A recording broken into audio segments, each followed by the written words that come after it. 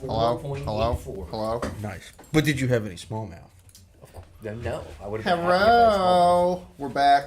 We're live. Back. What's up, everybody? What's going on? Alright, we're going to hit this.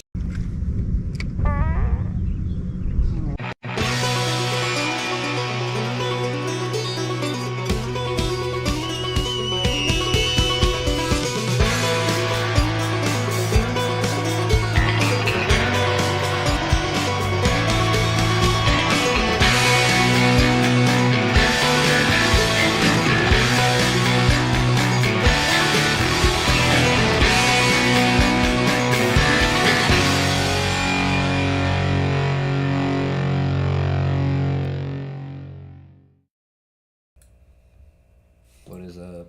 Back. Back. Here we are. We're here. Where? Rocking.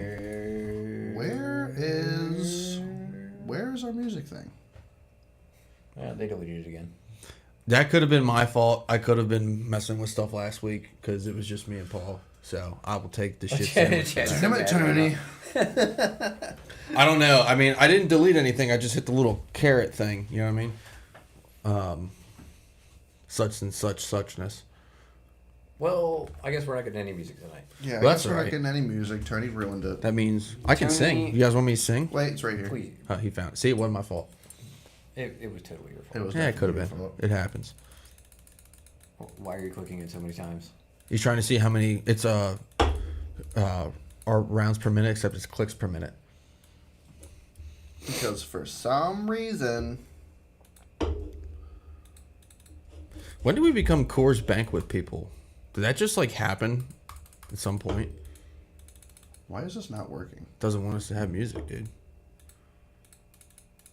What if you got to check the box first? I don't know. We once again are getting our asses handed to us by technology. It just Yes. happens. I don't know what the deal like. And I know we're not all stupid, right? Between the three of us, there's one functioning brain in this room at any given time, at any given topic, right? And it just, I have no idea why it's so like and share. Let's get some folks in here while we listen to this song. Share it, like it, get your friends in. We're gonna rock and roll. We've got some cool things to talk about. Like and share, mofos. We're talking Like about and how share. the gunpowder is now the premier smallmouth fishery on the East Coast. Just happened last night. Pretty big news. Thanks for that like, Tyler. Pretty big news. Don't forget to tap the share button. Hey, I think Tyler actually was the guy. Tyler, if you're still watching, are you? And if you don't want to answer this for whatever reason, don't. But were you the guy that had the icon at JCS Marine that me and you were throwing around in? Because there was the guy that owned that boat. I think his name was Tyler. I think it could have been a different Tyler. What up, dude? Thanks for joining us tonight. I get my Tyler mixed up. Rocking out, waiting for some people to get up in here. You had a good question. When did we become Coors Banquet people? I don't know. Yeah. Oh, okay. There's a different. There's okay. Isn't that Different. Scott Knowles? Yeah, that's what it is. Yeah, okay. It's got my aunt's ex-husband. Scott's fine. That is cool as fuck. Yeah. One We of the should, coolest people I've ever met. We should How do pull you up guys the. What up, Jim? We should pull up the picture. That way we have it queued up when we start talking about it. A picture of what? The smallmouth from last night. I think everyone's seen it at this point, but it's just kind of cool. I thought it was pretty cool. That's definitely the first ever Thursday nighter to ever be. That might be the first tournament in the gunpowder to ever be won with a smallmouth in the bag ever. In any tournament ever. That I can remember. I'm trying to think of wins. And like I mean, at the club level, at any level. Lloyd gave it a good shot one year. Yeah, but those weren't caught in the gunpowder though. Yeah, there's so few on the gunpowder that you can't play. Hold on, it's still. My point is, the fact not only was there multiple fish caught, but one contributed to a winning bag. That's my whole thing. I think it's really really cool because it's rare. It's not like I don't know. So I gotta get off of this to go find Kevin.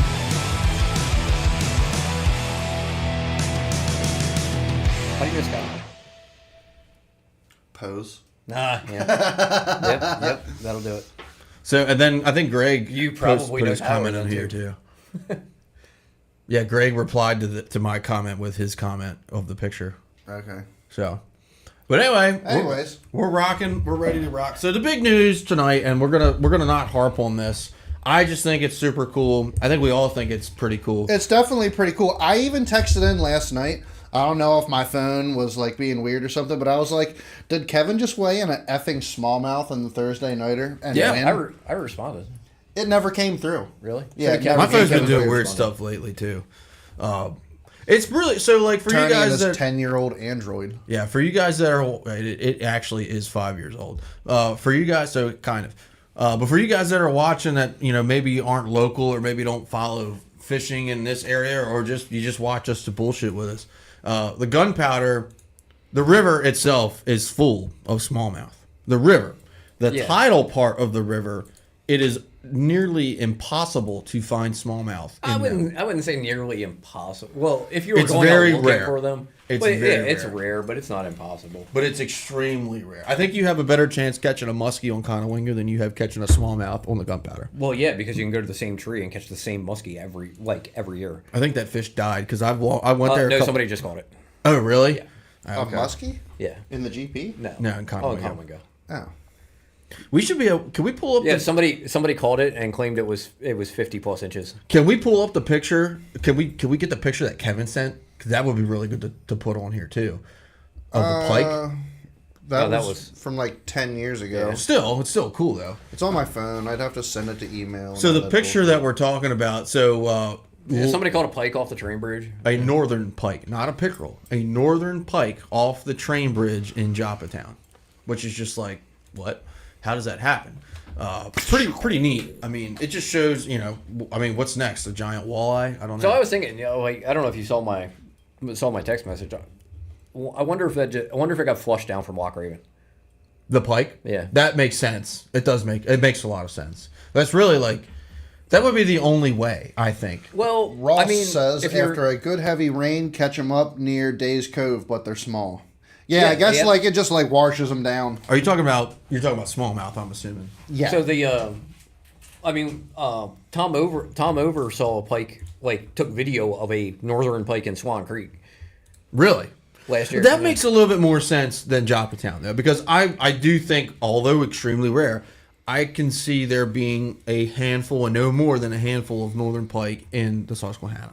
So why would you think they would be in the Susquehanna versus the Gunpowder? Pike love grass. Yes, they do, but they also love cold water, and they don't really like that turbulent stuff. I feel like where pike are going to live pike live in lakes. Like they do the best Right. in lakes. There's good pike in I mean not like good, but there's definitely pike in like Loch Raven and shit. There is. Oh, there's some But good like pike when in you Loch but like Raven, when yeah. you go north, like we catch pickerel in Loch Raven, you catch pike like in Black Lake and New York and like Cayuga and stuff like that. So like I feel like You also catch a lot of pickerel up there too. yeah, I feel like pike Pike and pickerel embody the same Give me a beer. habitat. I just don't think there's one enough too. like water for pike to live in the gunpowder that are like conducive to them living for long periods of time. They inhabit the same. To me, pike, just from fishing Loch Raven, Deep Creek, places like that, pike and pickerel inhabit the same types of water. So it doesn't surprise me. I just had a retarded moment there. Yeah, I didn't know what was going on there. It's any type of rarity like that is pretty cool. But I do give all. I mean, Jim says, it'd be like someone catching a 9-pounder in the middle of summer. Rare. I'm pretty sure Jim caught 2 the other morning. yeah. But 2 9-pounders. give a big shout out to Beast. Kevin and Mike. Both of those guys are in my club. Great job winning that last tournament with a smallmouth. And then big shout out to Greg too for Why are we logged into Tony's YouTube? because I had to do the thing last week. So why were you logged into the... Yeah, why are we logged into yours though? Mine was already logged in. I logged into my Gmail to send the Riverkeeper all the emails. Oh, and YouTube okay. and Gmail. Okay. Yep. Okay. Yep. Maybe I can. So, but yeah, huge shout out to Kevin, Mike, and Greg Hall for Assuming catching you're those done with fish. this. It's pretty sick. I'm assuming you're done with this. Yeah, it's warm. So, Still feels pretty cold. Drink it. I'm not going to drink it. I'm going to put my thing in it. You're gonna put your wiener in it? Yes. Ew. It fits in that little hole too. Oh, don't tell anybody. But yeah, it's pretty. And the See, cool this is thing, why we can't go live on TikTok. Yeah, and the cool thing about it is that like both of the smallmouth that were caught last night were like decent. Like they were fish that you want to weigh in a Thursday nighter. I mean, the one that Kevin had was pretty small. I mean, it was like 1.5 pounds. They probably wouldn't have won without it. Well, I mean, obviously they weighed it in, so yes. Right. But still, it's any fish that you have in a bag that wins, you needed it. To be fair, they may have not weighed that fish in and still won. Really? Yeah. Wow. Fish that you want to weigh in. But Don't think they got one to weigh in. I mean, Greg's fish was fucking. What's up, nice. Dan? Yeah, it was Happy Friday, my 2.29. brother. So I mean, that's pretty. That's like an average gunpowder small or largemouth. Let me ask this: were there any snakeheads brought in last night? No. So there was a tournament on the gunpowder where there were more smallmouth brought in than snakeheads. There were 2 of the last 3 tournaments, no snakeheads. Wow, interesting. And last week was hilarious. Wayne weighed in a snakehead that weighed 1.47, and Nate weighed in one that weighed 1.48. Wow. That was the only 2 snakehead caught. Nate won the snakehead pot with a 1.48 pound snakehead. See, it's worth putting in for snakehead sometimes. I put in the snakehead pot maybe. I know I did with Nate when I fished with Nate the solstice, and then maybe like one other tournament. Are you talking about the solstice or the outlaw solstice? No, the solstice. Okay. Solstice. Yeah, I didn't wait. fish a single Thursday this year. No, I fished Me the neither. outlaw. I fished the outlaw solstice by myself. The actual solstice I fished with Nate. I wish I could have fished a handful, but I had so much other shit going on, and not having a boat it was so much effort to do it. But I no lie. I like I told you earlier, I fished the same area with the same bait in every Thursday nighter this year. That's pretty fun. That's cool though. Kind of boring, but well, I mean, at least you know that it's a style of fishing that I like doing. So I didn't. Plus, about halfway through the year, I decided to stop messing around, and I pulled out the 7-Eleven flipping stick with 60-pound braid and just yanked them out of the reeds. Nice. I lost like 2 fish in one tournament, and I was like, "Yep, that's not happening again." He was fishing reeds. Write that down. Write that down. Yeah, fishing reeds in the gunpowder. Big secret. I know, right? What's a reed? You know what would be sick? It's the thing that they put in a saxophone. Yes. So that And a clarinet. Oh, like one of those reeds. Don't forget a clarinet. And an oboe. Mr. Squidward. Yes. But yeah, no, it was pretty cool to see. Just to see that's pretty neat. And a huge shout out to Scott and the Middle River Bass guys. You guys put on a great tournament. It seemed like the turnout for the tournaments, for what someone that wasn't there, overall seemed to be lower this year. Seemed like 10 boats was like the max for the most part. I heard the turnouts were not great this year. Early in the year, it was typical. Early in the year, they were good, and then it got down to around 10 boats. Man, like 2 years ago, 3 years ago, we were like holding 15 to 18 boats for like a while.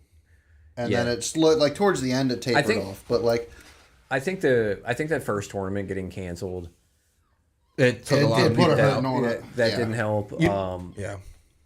You know, weather didn't help. It was hot as balls in most of those tournaments.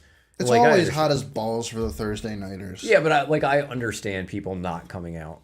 my thing, which is I give Brian and Dave a lot of credit. Like Conowingo this year has been fishing wise has been absolutely terrible, atrocious, and it's been the highest turnout of any of the opens. That they had I can like remember. 38 boats last week. It's been like that's the lowest one. It's been like 40 to 50 boats. Yeah, I mean, every single week. Huge turnout, which is a lot of boats in that little parking lot. And last year, I would have gotten it. The one like last year, it was like 18, 15 pounds to win the first handful. When it was good fish all year. But this like, year it's been tough. This year, the biggest bag's been 13 pounds. Like tough the way. Well, what were they in June? 13. The first tournament was 13.3, I think, and then it's been getting lower and lower and lower. We're down to 10 pounds. Well, now. I guess back in June was when it got real muddy, wasn't it?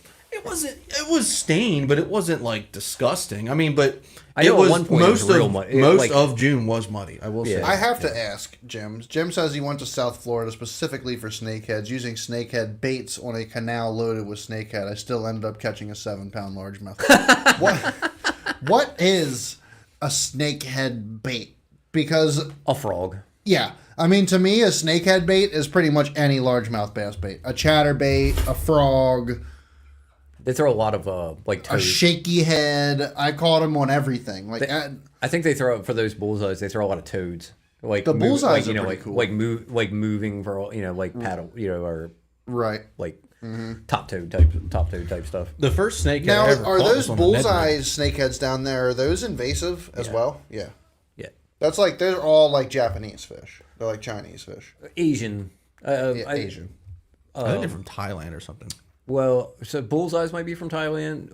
Northern snakeheads are from China, Russia, that area, Korea. Which is interesting because they think we sit here and like they thrive in hot water, but like Russia's fucking cold. Jeff says Like I northern think China's the fucking cold. snakehead frogs have that string line tie. Yeah, there's What is the difference in that? so instead of a metal hook eye, it's like a heavy Kevlar rope.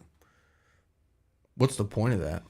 I don't. You know what? Andrew Blair explained it on. Like, But one even of his I feel like videos, even but, Andrew's frogs have the metal line tie.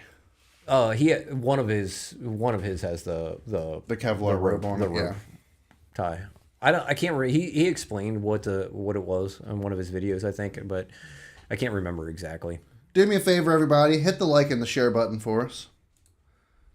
Hit that. Like and share. It's very important. Brings more people up in here. Then we have better Yeah, conversation. Jim. The people who say snakeheads fight hard they don't fish. They're They fight hard when you hook them for like the first 5 seconds, and then they're like done. And then it's like reeling okay. in a freaking My thing log. is, they fight harder when you get them in the boat and you're trying to get them unhooked than getting Yes. them into the boat. You hook them, they jump out of the water one time, and then they just dead weight themselves into the boat. They just sit there, just Until you get them in the You're on the boat, and then they ruin everything. not the ones I catch. mine always seem to freaking freak out as soon as they get into the boat, but they can't freak out when I'm trying to catch them. Mine get bashed over the head as soon as they come into the boat, so it calms them down. And then usually they swim off. Yeah, right. I guess it doesn't really matter what. I don't carry anything specific anymore, but I keep my butt seat in my rod locker, and the Oh, you the use pole- that metal the pole, and I just whack. Works perfect. he's like Bam Bam from the Flintstones. He's like Bam Bam. I can tell you, like, there's just a Bash them over the very head. Then distinct sound. they stop moving. I get my frog back. By the time I get my frog back and throw them in the water, they usually twitch a little bit and then they swim off. I have had snakeheads just completely engulf some of my chatterbaits, and I have hate it so literally much. kept the snakehead and Just killed to it, get my and put it in chatterbait my back. live well, just so later on I can pry its mouth open and get my jackhammer back. Right. I've done that. Terrible. I've done that too. I remember Thanks for that, like Charles. I remember fishing the grass flat with Buckland one Thursday nighter, and there was a kayak guy that caught this giant snakehead, and he was like pretty far away, and he gets the snakehead in, and we're back to fishing, and all of a sudden he hears ting, ting, ting. Dude had a t-ball bat with him, and he's just beating the shit out of this thing. Did you have that or like one of those like toothy critter bats? Some of the same kind of thing. It was ting, ting, ting. It's like, Jesus. I wasn't real happy about it when you did it, but remember when we went fishing together like 3 years ago and you like punted that snakehead off the boat? Yeah. Because it deserved it. He kicked the snakehead and just did like a million flips before it went back in the water. I was like, oh. Like straight up like place kicked it. Like, Yeah. Yeah, like straight up. like I was kicking a 60-yard field goal. Yeah, straight up. Like, Yep. Hey, what's up, guys? Been fishing out in Texas for a year now. It's been quite an adventure. My PB so far is 6 pounds. Well, good fish, Charles. yeah, it's a good fish. Keep fishing in Texas. You're definitely going to break that. Oh, yeah. Oh, yeah. You get into them double digits down there in Texas. They're there. What are you throwing, Charles? What do you like to throw down there? Charles says, if any of you fish the Potomac lately, been looking to check it out when I go back to visit my parents in Maryland. It's fishing pretty good.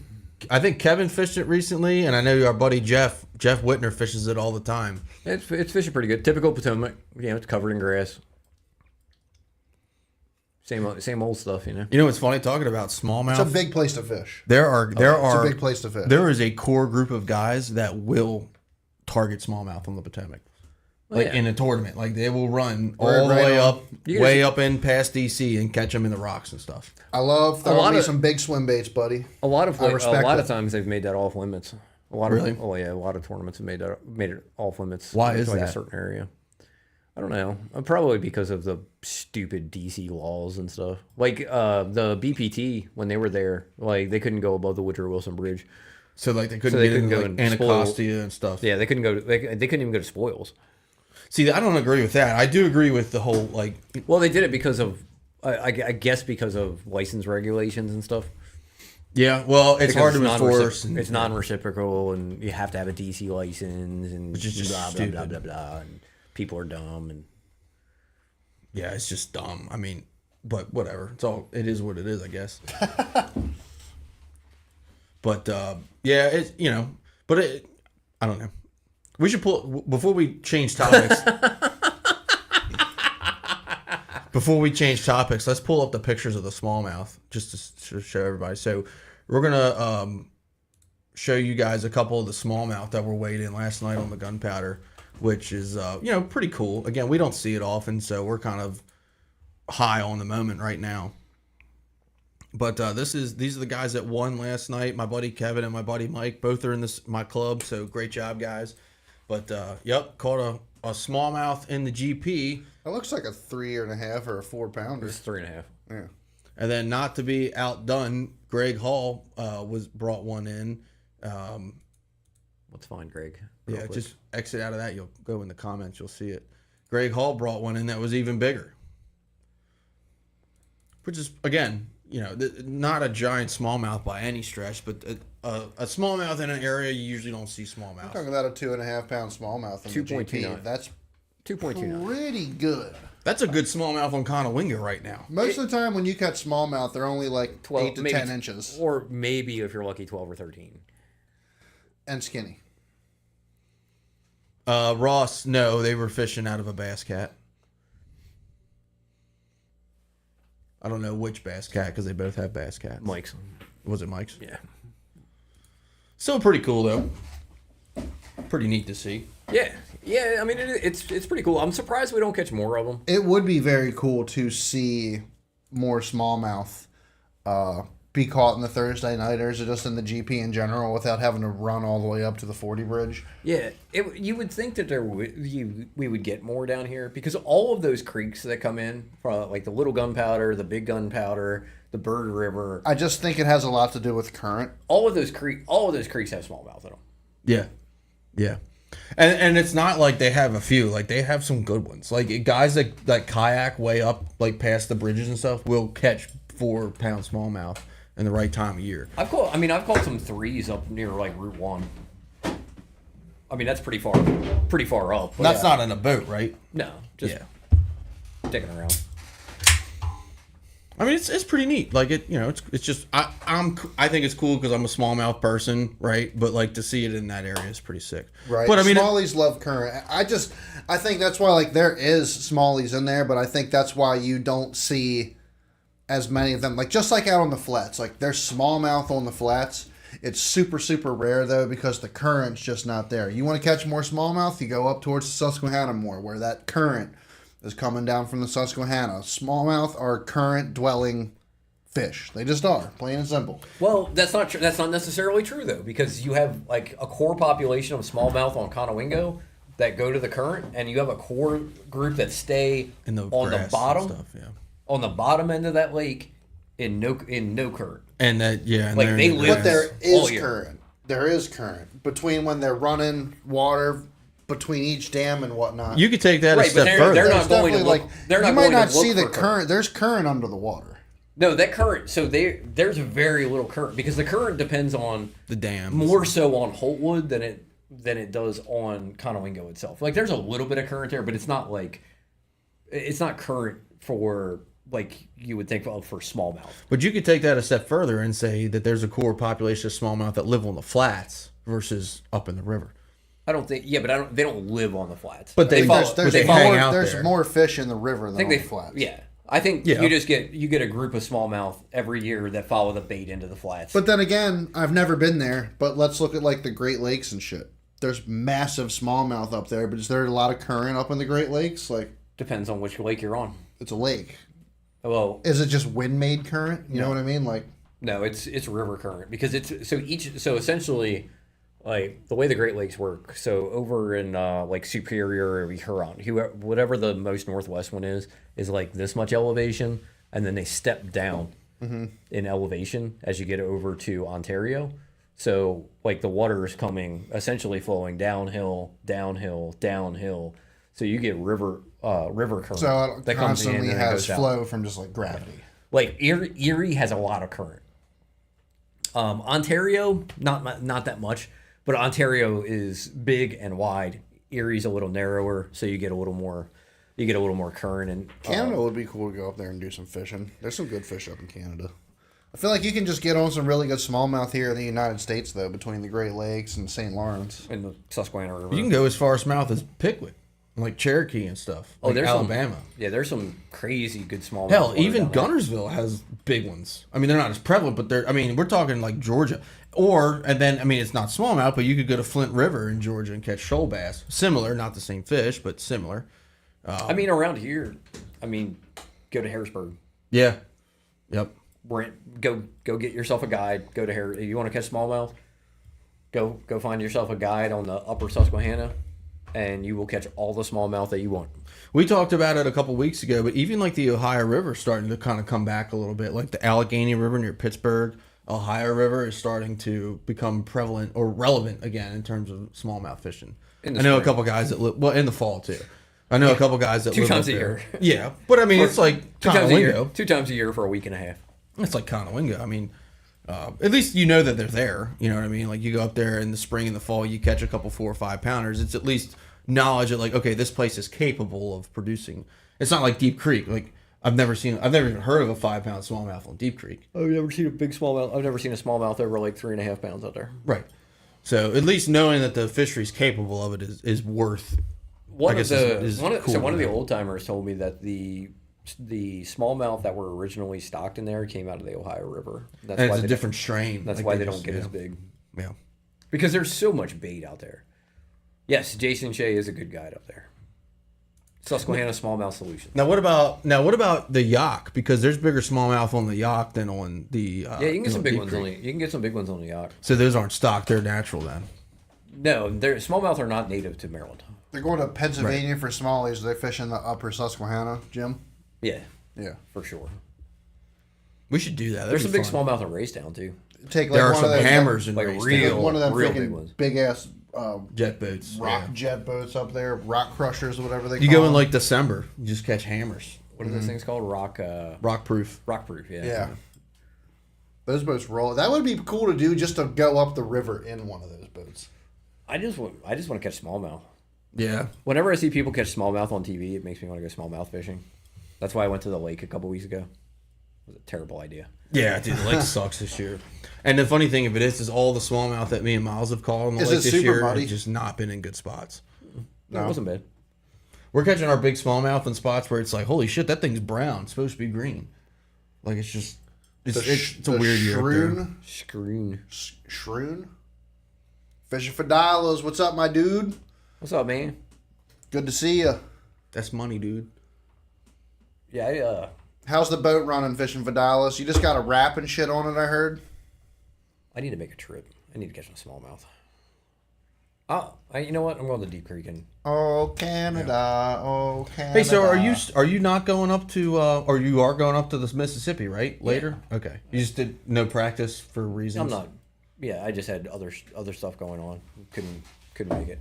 Ooh, that's good temperatures, buddy. So Highs I in the go there. 70s. I leave there October. I leave to go there October 16th. Okay. I go to Deep Creek on the 25th of September. Yeah, what happened to the trip where you guys were supposed to head out west and hopefully go see Andy? I had some other stuff that interfered with that weekend. That was supposed to be That like was supposed to now. be this week. Yeah. that was Oh, supposed to be this really? week, Yeah. That Me would and, be really cool. We should still try to do something like that. We got to hit him up and be like, hey, man, we should just get together sometime. Me and Miles have already talking about going to Moomaw this year. I'm gonna Moomaw? maybe. Just to throw glide baits. I might stop in. Well, And maybe. see Andy while I'm out there.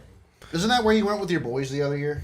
We usually go. We try to go every year. Was We that don't Smith or Moomaw? Moomaw. I want to do a Moomaw trip. Come down in November. Chad saw him catching smallmouth on depths 250s. I was like, oh, I need to go. Yes, come on, I want to go. Yeah, it's a cool place. I mean, but that it's like to say that you could just go down there and fish a glide bait is not. It's just not like that. A Like, you trick gotta- shad weekend. I'll be throwing the trick shad all weekend long. It's great for America. It's great for Americans. Okay. Yeah, well, any update on the boat? I did. I talked to John this week. The boat. I think I sent a picture in the group chat, but the boat right now is in the air. They're working on the bottom. Looked like they were grinding some stuff out. He's grinding stuff out. He's removing certain parts and reglassing it completely for anything to where he's like, hey, this is If it's iffy, If then it can it's catch, iffy at all. if it can catch your fingernail, pretty much. make that shit smooth. Yeah, they're reglassing some of it, and So basically, your boat's about to run 85, 90 miles an hour. and I'm also getting rid of the 10-foot Raptors, so it's going to pick up a little bit of speed there too. 8-footers. Yeah. Yeah. You got somebody want to do an even swap trade or something with them? Yeah. Yep. So John obviously has a huge network with all You gonna his put black customers. one? Are you putting black ones on? I think so. Yeah, yeah. Oh, that's gonna look so sick. Yeah, it's gonna look so good, dude.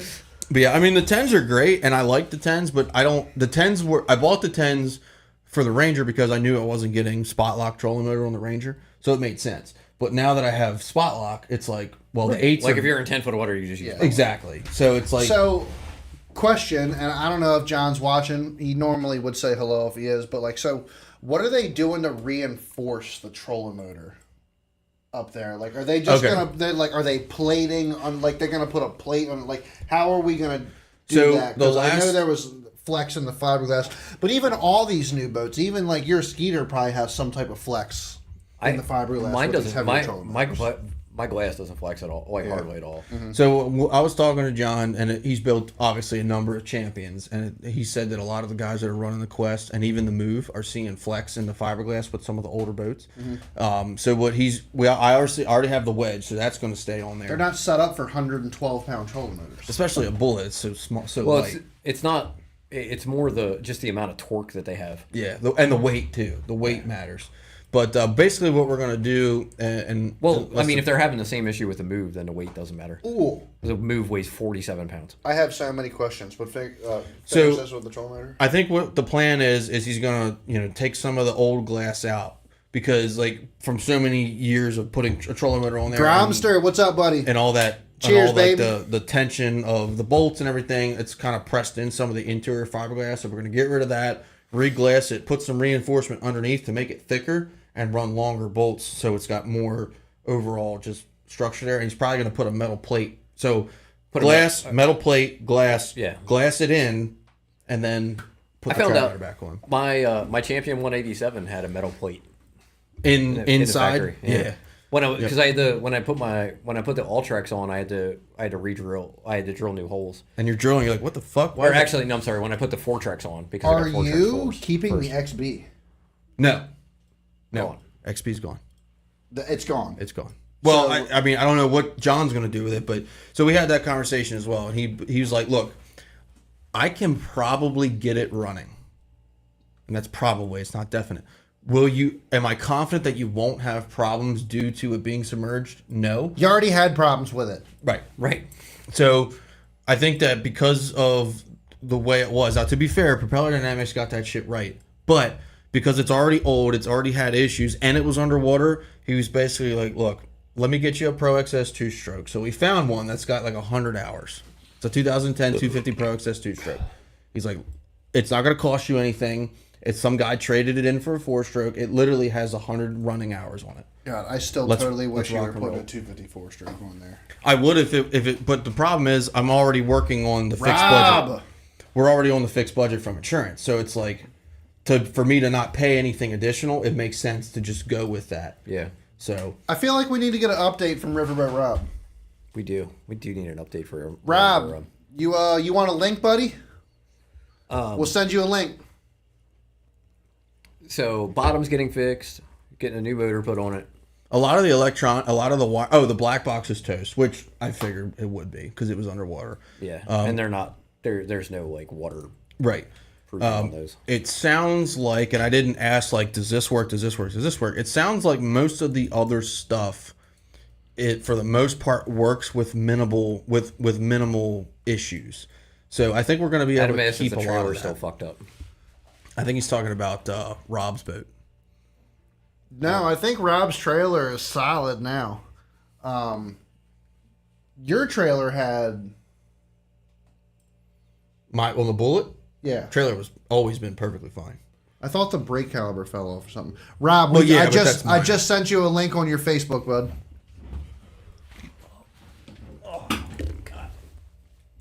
But yeah, the trailer the trailer has been functionally fine. I mean, Old sucks. we are gonna do tires and rims on it because tires you're gonna put wheels on it. Tires needed to be done, Yeah. and John recommended getting some different tires and rims on it.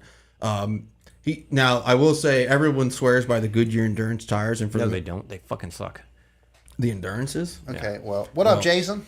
I've heard that they're really, really good. Now, the issue is when they blow, it takes everything near it with it, because it's a big ass tire. So when it goes, it's just flinging rubber everywhere at 200 miles an hour.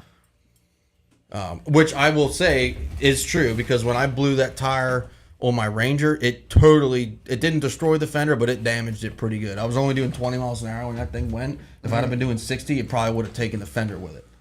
So I'm not against putting wheels and tires on. Ooh, Jim wants a link. This could get saucy. No. We don't want to get banned. Adam says about to go full build on the StarCraft, drop some money. That's what. Hey man, pay to play. Which one's the StarCraft?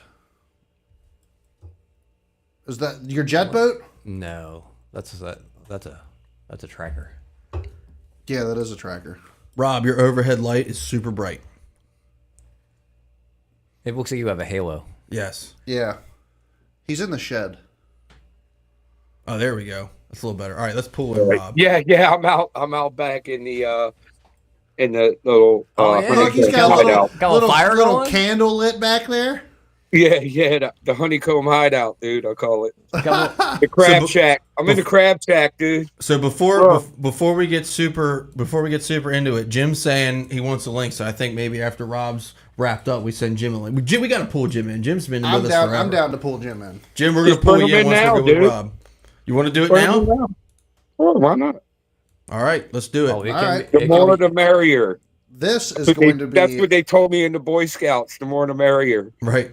I could have stayed out of that. I don't know which Boy Scouts you were in, but probably one of the ones they got they got some lawsuits against now. Yeah. I know it was a joke, Paul. Jim, we got a link coming your way, so just keep an eye on it and keep an eye on your messenger. We're going to get it out to you. So, hey, Rob, what do you think about the smallmouth caught last night in the Thursday Nighter? So there was it's literally, I was just about to ask Paul, did they have the Thursday Nighter last night, because I wasn't able to make it. So someone called a smallmouth. There were two smallmouth, Wade, and the winning bag had a smallmouth in it. Greg caught one, and Kevin Willingham caught one. Did they make a run, or did they catch it? They were in the gunpowder. So I mean, it's on Facebook. We haven't had Just sent you a link, Jim. Greg a lot of freshwater. Greg caught his in the Bird River. What kind of sense do you make out of that? I mean, there's always smallmouth around. It's just. I really think a lot of it has to do with the fresh water. We've had a lot of rain. And like last week when Theo was on, he told us that the river's just overall very fresh this year. So I think that has a lot to do with it too. There's a lot of grass upriver. I've been doing a lot of fishing upriver. There's a lot of grass. There's a lot of grass at the mouth of the canals. Really? I saw that fishing too. I went out last, I think Thursday, and the grass is kind of making a comeback right now. Yeah. It's just from late. It's so late in the season. I wonder if it's too late to hold fish. Right? From Kevin said on Monday he found some outside the bridge too. That's pretty cool. Smallmouth? No, grass. Oh, grass. So from the point at the duck lines, where we set down over there, all the way in like a diagonal line, all the way to the point at the Bird River is all grass. Really? I've seen it like that a few times. Remember how it used to be? Yeah, Everything it was used to be grass. awesome. Chad, Oh, yeah. that spot that Chad used to love to go to is all grass now. Yeah, there's a ton of I don't want to grass say over your there. spot, but you know what I'm talking about. The spot you. I was in there last night. Yeah, that's grass. It's grass getting back in there. There's no grass in the canal though. Right, just getting back there. But the path that Chad used to take there is like a solid grass mat. Really? Yep. Jim, Yeah. you might have to try opening the link in different web browsers to get it to work. It doesn't work on the Facebook browser and it doesn't work on Safari. So Just Google FYI. Chrome. Try it on Chrome. I think however you sent it to me, Chad, worked. So I don't know. I went on Facebook and clicked on it. So I don't Depends know. on What's depends on been what good, you're man? using. Been a minute. Yeah, man. How you been? Yeah, dude, tell us, Pretty fill us good, in on dude. what's good with your life. Your boat looks pretty good, dude. Yeah, man. Ah, saw- thank you. I saw you doing a little wading the other day. Yeah. Me and the wife went out. Dude, she caught like a sunfish. She was like, "I got one. Oh, I got one," and then it came off. Dude, she was so disappointed. It was like, "Oh man, I wish you would have landed it." We weren't on a boat, but I was like, "Oh, you almost had it in the boat." Do you Yeah, you find but no, it we went up to, find a smallmouth up there? Right. Nah, it was a lot. I've seen some. Yeah. Like you could see it. The water was super clear. That's so. I don't know how to say this without sounding like a jackass, but there's like a lot of Spanish people up there, and they kind of like that river's kind of been Trash. kind of yeah. It's the best. Like I didn't really want to say it like that, but I mean it is what it is, and there's like Modelo cans. They were like cooking out and like swimming and stuff. Well, that's why they. That's why they DNR was shut. busting everybody for that. They Dude, I'm shut not gonna lie, Modelo sucks. They shut down the. Yeah, Modelo the- sucks. What's that area? The one on Harford Road. No, right off of 40. That's where I went. The Is that where you Harford went? Road area is where I went. Oh, you went to Okay. Harvard Road. You know that Yeah. area. You know that there was that one spot right off 40. I can't think of the road it's on, but you go past like the mechanic. We lost Rob. Oh god. Oh dear. Oh dear. Maybe I shouldn't have hit that. Rob, if you're still with us, click on the new link. Chad just sent it to you. We lost you for a second. Yeah, we lost a Rob. Jones Road. Yeah, Zach's got it. That's right. I think they closed. I think they closed that Jones Road access because of the people. I'll just say the people. Jones Road was being that we talked about that before. That pond back there, Mexican a- Americans. That's across from Jones Road. Yeah. yeah. Well, that's been like the Army uses that for like dive training. There's all kinds of crazy shit back there. So who knows what's in there? All right, we got Rob back. You're back, Rob. What happened, dude? It just like blacked Chad, out. Yeah, Chad cut you off. I hit generate new link to send one to Jim, and it cut you out. Why you always messing with me, Chad? I'm See how sorry. you are, dude? No, Yeah, I'm just talking kidding. about Jones Road. Remember, they closed that whole area. Now they just park on 40. But because of that same reason. yeah. Like I got, one of my best friends that I work with every day, Douglas. That's my boy. He's Spanish. They're good Teach people, me how to but Doug. I mean Teach that me river how is to like, Doug. yeah, you know Dougie Fresh. I call him, dude. Only dude I know. We do maintenance for a living. He comes to work with Air Force Ones on. I'm like white Air Force Ones. I'm like, So hey, we got Jim, Jim, copy the maintenance, link. dude. Open it on your on Google Chrome. on your computer or on your phone's web browser. Don't open it out of Maybe the TV will.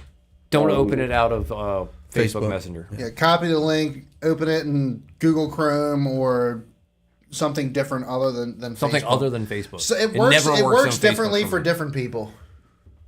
Oh, dude, I was trying to show Paul my shirt, dude. I saw it. I got worm shirt. I don't know if you can see this because it's dark in here, but this one says, "Let's go drown some worms." Nice. I like that. That doesn't look like you have a candle lit in the I shed. do have a candle lit, Is dude. it just a candle? Oh, a little citronella candle. You gotta keep the bugs away. Okay, I was Keep the literally about to mosquitoes- say, dude. I'm like, it looks like you got a full on fire going on in there. I got the TV on. Got Maybe, hold on, let's try this. Let me see something. Hold on a second. Let me grab my cigarettes. Hold on.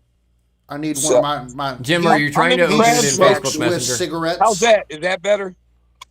I just came outside. Oh yeah. Yeah, yeah. There we go. All right. Now he's gonna get ate up by the mosquitoes. Nah, look, dude. Oh, okay. Heck yeah. Got I hate the mosquitoes. fire going out there. Dude, look, I got the tiki torches. I put them all the way around. Like, I don't play with mosquitoes, man. Were you? Town's got the worst mosquitoes I've ever seen in my life. Mariner Point Park has vampire mosquitoes, dude. I live close enough to verify that. Yeah, I remember me and you talking about it one time. You was like, even when I'm trying to like work on my boat, I get tore up. It's Yeah, like, I'm out there trying dude. to rig up. I'm just trying to rig up some rods because they just getting ate to death. Those mosquitoes are vicious, dude. They're the worst. I don't know why it Yeah. says failed to connect, Jim. We're Did you do what we told you to do and open it out? Do not open it in Facebook Messenger. Copy the link and open it in your Google. web browser. yeah, try that, Jim. Copy the Dude, link, open up Google Chrome, copy and paste it into the search bar, and then open it. Jason says he never gets bit there. That's I don't. insane. I get chewed up. I don't get bit by mosquitoes there if my wife is fishing with me. That's because She Jason gets has bad she blood. gets tore up. She Like gets they all clobbered. just like flock to Candace. Like I'll fish all night and never get bit. Jason, your blood is bad, dude. They don't like you. It's got- I'm just messing with Jason. his How's blood, he doing, dude? What's up, Jason? His By blood's the got too way, much. His blood's got too much green in it. he's got too much Bassmasters up in it, dude. Oh. Yeah, Jason, you should have came out last night. Jason was there last night. Oh, was he? Yeah. Who do you fish with, Kevin? Yeah. Yeah, I wanted to come last night, but then Thank you. you know, work, man. Yeah, I Chad, hear you, man. I know Chad gets it with AC season and everything. I know Chad knows what I'm talking about. Busy, Dude, I've busy. been- I've been Already so- working outside in a freaking 130-degree hot attic. I don't feel like standing on the boat anymore after work. Up I've- on the roof In the all last, day. I've been so busy with work, Rob. In the last 2 months, outside of the Thursday nighters, I've probably been fishing 5 times. Right. Yeah, it's crazy these days. Like it's like you work and then you don't feel like doing anything else because Well, you're just yeah, but, working. you've been working and it's 185 degrees outside when you get off work. Like nobody wants to go out in that crap. Dude, you know Wayne and Wayne. Jason. So- Jason says they can't fly straight after they bite me. Like I get they get drunk on Jason's blood, dude. I don't think they're getting drunk. You know Wayne, yeah, they're high, right? You know Wayne and Wayne. So Wayne Senior was telling me one time, you know, he's retired. But he was like, dude, I got so much going on in my life. I don't even know how I could work because with not working, I still don't have time to do everything I got to do. But you know what? That's how you stay as like young as spry as Wayne is at that Yeah, age. Yeah. That's true. But you Yeah. got you got to keep yourself busy. I mean, I've seen it too many times with family members that they retire and then they just don't do anything and then they just go downhill so fast. Yeah, I don't think Wayne Gotta sits around stay and busy. watches TV. I think that? he's like always doing something because he was Oh, like, yeah. I want to have time to have a job. So I mean, you're he's busy when he's yeah. always traveling around. He's traveling to different places, fishing, going to Santee, going to Lake Anna, going to Oh yeah, he did. Smith tell Mountain me he Lake went to Stampede. all over. He's all over the place. I think last week he was saying he was going out to like Pittsburgh area, and they're just place they You stay gotta, out there. you gotta constantly work your ass off to afford them boat payments. Well, I mean, he doesn't work, so. he I'm talking doesn't to work. fishing for dollars. Oh, sorry. I got no boat payment, dude. That's one thing I got going for me. Uh-huh. I No, can buy you all can't the wait to Booger buy Man a bug boat baits payment. I want, What dude. boat payment? You know how much he paid for that thing? Yeah. Dude, I paid $1,500. He just has Dude, to when keep I got buying my boat, trailers for it. yeah, I spent more on trailers than I did on the boat. I don't know. I'm good trailer wise. I got a video all made up. I just ain't put it out. One of our I got 1,000 things going on at one time, all the time, dude. Did you get the koi pond going? Oh yeah, the pond looks good, dude. I can go out front if you want to check it out, dude. Let me see. Actually, I don't know if it's enough light out there, but Rob, I'm you'll think outside it, anyways. when you're walking up there, you'll think this is cool. So one of our new viewers this year, Fishing for Dollars, if you haven't seen it, he actually he has Milliken's old boat. Really? He bought Milliken's boat last year. Dang. Wasn't it the one that he wrecked? Yeah, that's why you got it so cheap. Didn't he get it? Yeah, you Didn't he can't say he make got a it for video on how you wrecked your boat and then sell it, and like people kind of already know. Like, hey, dude. And didn't I think he said he got it for like 15 grand or something? Yeah. It's probably too dark to really see the pond, Ted, but Oh, Yeah, that's it's Oh, hell yeah, dude. That looks good. yeah, it's a little dark out here. Hey, look, it's the boat, man. The trailer. I shortened the trailer up. Dude, I've been doing a lot of work to that trailer. How'd you I got way shorten the too trailer? much trailer. Yeah, because my trailer is way too big for my boat, dude. What'd you shorten? The bunks? Send me the No, right here. Jimmy. So the trailer, hold on, I'll show you. The trailer right here used to come back to like here, dude. I cut the back off and made it shorter, and then I put the bunks on it. This trailer's been a project, but I'll tell you what, I might be the only dude that's got a 16.5-foot tracker bass boat with a trailer with brakes and everything. I got brakes. That's pretty I sweet. got way too much trailer for my boat, dude, but I got Hey. tired of breaking them. Better too much trailer than not enough. Time to get a big fiberglass boat, Rob. Nah, that ain't happening. I was gonna say, hey, Rob ain't never gonna have a fiberglass No. boat. Dude, one time I pulled up at the boat ramp and Paul's just pointing at me. And I'm like, what, dude? And my trailer's like broken. It's like I didn't even know it. I'm like eating Wendy's, right? Because, Joppatown's got the Wendy's He there. put his boat Paul's just looking at me like, Rob. I'm like, what, dude? I remember that day. That was it. Yeah. Yeah, then we strapped that 2x4 back in it together. Dude, you're lucky it made it there. That was a good Like, time. it wouldn't even matter. Like, his like safety chains and everything are on, but the boat, like the whole frame snaps in half and the boat still just goes off. He's just got the tongue dude, my attached to the trailer boat. literally was like this, like right by the bow of the boat was like it was just it was totally broken. I'm pretty sure So- if you hadn't realized it and launched your boat, you would have just came back with the tongue of the trailer. if you wouldn't have said nothing, I probably wouldn't even notice, dude. I didn't even notice. That's You would have the sad noticed when part. you pulled out of the water and there wasn't any wheels. Yeah. Dude, then Tom and Nick and Clint, the dude that works at Mariner Point Park one of found some wood. Yep. And we got like a bunch of ratchet straps, and we like ratchet strapped like wood to the What's up, trailer. Larry? What's up, Zach? It was freaking crazy, dude. Zach says we lost a lot of elite guys today that will not requalify. Yeah. Yeah, ain't So- that crazy, dude? A lot of guys. Did Robertson make the cut? I don't think he did. Let's see. We have the I'm internet. pretty sure he did not. That's crazy. I know Skeet on the Major League Fishing side too. Ain't Skeet retiring? Skeet retired, yeah. Skeet Reese. Yeah, he Yeah. retired. So did Yeah. Shaw Grigsby. Shaw I saw Grigsby that. retired. Yeah, I saw that. They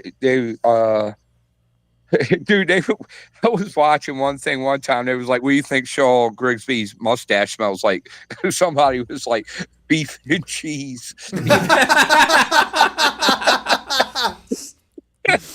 It was like somebody like John Cox or James Watson or something like. Probably smells like beef and cheese. James Watson. That's the James FBD, right? James FBD, Worldwide. Yeah, That kind Worldwide of died off, but I like that shit. The FBD hats. He has a new one. It's fuck, dude. It's oh shit. Pardon my language. I'm sorry, fellas. It's but it's cussing in it too. It's forward facing sonar, so it's FFS. Oh, it's but FFS, but it's effing flipping sticks. Yeah, F and flipping sticks. I think it says I love FFS. So what ended Yeah, up yeah. happening? Because he got banned from MLF. So He fishes the Because MPFL. he got pushed on the there and told the MPFL. truth. He did the same thing that our buddy Matt Herron is doing to Bassmasters. We need to He get just Matt got Herron on there back and on he to talk told to the Matt. truth.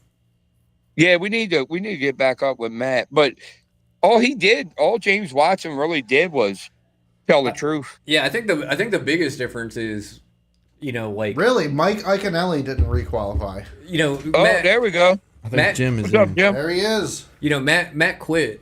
You know, ended up quitting after after some things went on, and then came out and and spoke his piece about what was going on, where James Watson spoke his piece about what was going on, and they were like, "Yeah, get the hell out of here." What's going on, Jim? Can you hear us? Yep, I hear you guys fine. What's Can you up, guys hear me? Jim? Jim, What's how's up? it going, man? It's going good. Going Good. good. How The weather looks nice. how are your 9-pound pets? They're doing okay. What's that? Was that Sally and Samantha? Yeah, I missed one again. What the hell's today? Today's Friday. Wednesday. I lost another one Wednesday. Yeah. Another girl. Yeah. Just tossing the old 7-inch trick shot around, getting clobbered. Yeah. They weren't biting the gill, so I figured I'd try something else and working it really slow, like almost like a spook on the top. I mean, it was like barely moving. I just watched it roll up, grab it, and went down. Like, damn. I was going to ask, Nice. what depth are you normally throwing in, and what depth are you normally trying to swim the swim bait in? Well, since nobody from Florida is on here, actually, Little Bradley might. I'm either like 13 foot of water, and probably I go from the just below the surface down to like 5-6 foot down. They moved out of the deep water, so I moved up to 4 foot, right next to 13-foot drop off. Early in the morning, they're coming up early. I mean, the sun's not even up yet. I'm getting out there a little after 5 in the dark, and as soon as the sun starts to crack, start throwing the baits out there, slow as possible. Slow. When I say slow, it's super slow. The gills, the glides, they're just like barely moving. Are you even like long pauses in between each? Yeah, I mean, if I'm on the glides, I give it as much. Otherwise, they sink too quick because I got mine all set up heavy. But the other ones, the trick shot. I just constantly work it steady but slow. When I say slow, I mean it's literally sitting on top of the water. Just I don't know if y'all see this thing. Just barely moves. I mean, it's like boom, boom, boom, boom. That's all I'm doing. Really stupid slow. And then that's what they're hitting. So, now for the important question is: have you figured out how to use live scope yet? Man, I busted my ass. I've been trying. I mean, I bought all kinds of stuff. I buy baits, all kinds of stuff for it. See all the cool shit? I got stuff everywhere for it. You See all buying this that Ben junk? Milliken shit? You know? They don't, man. As soon as that sonar gets over there, they run. That's all they do is run. I turn off the sonar, I start catching big fish. So I don't know what the deal is. Kind of sounds like Zaldane. Thanks, like, Brian. The information that I got from Scuba Steve today was Chris Zaldin the other day couldn't catch a damn thing on freaking FFS, and then decided he literally today supposedly he left his whole FFS unit at home They caught and 18 and a half pounds. just came out and was throwing swim baits and caught 18 and a half pounds. Yeah. Everybody swears by it. Go sonar. All right. And I know, you kept busting my balls about it, but all right, I don't bring the swim baits. I go out there. I haven't got spinning rods set up. Take my time. I look. How far out are you? So how far out are you looking? Anywhere from 60 to 100 feet. And do you notice at a certain distance when they move? Like As soon as it hits. like if they're like 60 feet in, like they'll move, but maybe like at 100 feet you can see them. But if you get any closer, then they'll move. Everything moves. As soon as it don't matter if I'm 10 feet, 60 feet, 100 feet. As soon as that sonar's boom. Oh, cool. There's fish gone. It's literally that. Gone. I wonder if it's because those lakes that you fish get so much pressure. I think so. Honestly, I think it's just so much damn pressure and it's not. I'm not aware of anybody fishing sonar out there, as that I know personally. So, because it's so much grass, and I'm the only person really most of the time fishing the deep water. Well, how deep? 20 to 26. Oh wow, I guess that deep. I didn't even realize some of those lakes are that deep. Wow. Yeah, out there's 4, 5, 6, 8 pits that some get to go to closer to 31. And that's on headwaters? Yeah. But Now, what they're about like There's and nothing on the bottom. I don't know if you've ever fished headwaters. I fished it. What about like? Do you ever spend any time on like Garcia or like Three Forks? I hear Three Forks is like the place to go to catch a giant, but it's also like you. What's it's up, like Murph? almost only airboat territory over there. I spent years on Three Forks before headwaters and all that stuff went out there. It used to be good. Big fish kill came through, disappeared. Yeah. I've heard rumors. I've seen pictures of 12, 15s, but that was 4 or 5 years ago. And I think the biggest fish I've seen coming out of there so far is like, I think I've seen 110. That got to be 2 years ago on a shiner. Ever since like You 1 or fish, 2 pound fish. Do you That's fish it. What's stick? your PB, Jim? Say that again. What's your personal best? 11-8, but I got 4 11s and let's see, 23 double digits. 4 of them are 11, just over 11 pounds. That's almost state record here. One of them there. Do you What's you the state fish- record, Paul? 12 pounds something? 11 something? I've never broken doubles. Do you fish? You fish stick marsh much? In the wintertime, I fish stick marsh more because the water seems to be, they open the lock up, let the water flow. Okay. So then it's moving. When the water's still, because there's no vegetation out there. There's like only sparse spots, and the water gets so damn hot and so miserable. They don't want to. What about Blue Cypress? Because when I was down there, we stayed on Blue Cypress and then we never fished it. One of the prettiest lakes around, but it just, they had a tournament. Somebody caught, actually the first time I've heard in 30 years somebody catching a fish. I think it was 7 pounds out of there. Wow. And most of the time in the tournaments, they're happy just to catch anything. Don't matter if it's a pound or not. And Really? what's the reason for that? Is it just like a lack of bait, like forage, or? Dude, it's one of the most beautiful. There's everything there, but there's just weird. there's literally like no fish. I mean, people pound the hell out of that place trying. Nobody, because it's beautiful. There's got all the banks are filled with cypress trees growing out of the water and all the hammocks hanging over. Brian, it's really pretty. You don't hear about scout mode or perspective mode because people don't want you to hear about it. Oh, there's a conspiracy behind. I mean, live I feel scope like now? it's used more in the shallow Conspiracy. fishing. Like when we had the what was it? They came through here a couple of weeks ago when we had the opens come through here. They were using perspective mode out on the flats. Most of the guys were not using. yeah. They were using Shallow regular water. scope mode. Really, Now, what about what would you in 3 feet of water. No, they were fishing deeper. what would you say is your Deepest favorite spot. lake on the Kissimmee chain? 4 to 8. Paul, What? not taking Susquehanna into consideration, like upriver, but the flats itself. What's like the deepest spot? Would you say? How deep does the flats get? Like on the flats itself, Like 20 Yeah. feet. there's one ditch out there that's 12 feet. Yeah, I was gonna say it's super shallow. Are Like we on talking the about the channels that the boats run in, or No. on the flats themselves? Yeah. Just like on the flats themselves.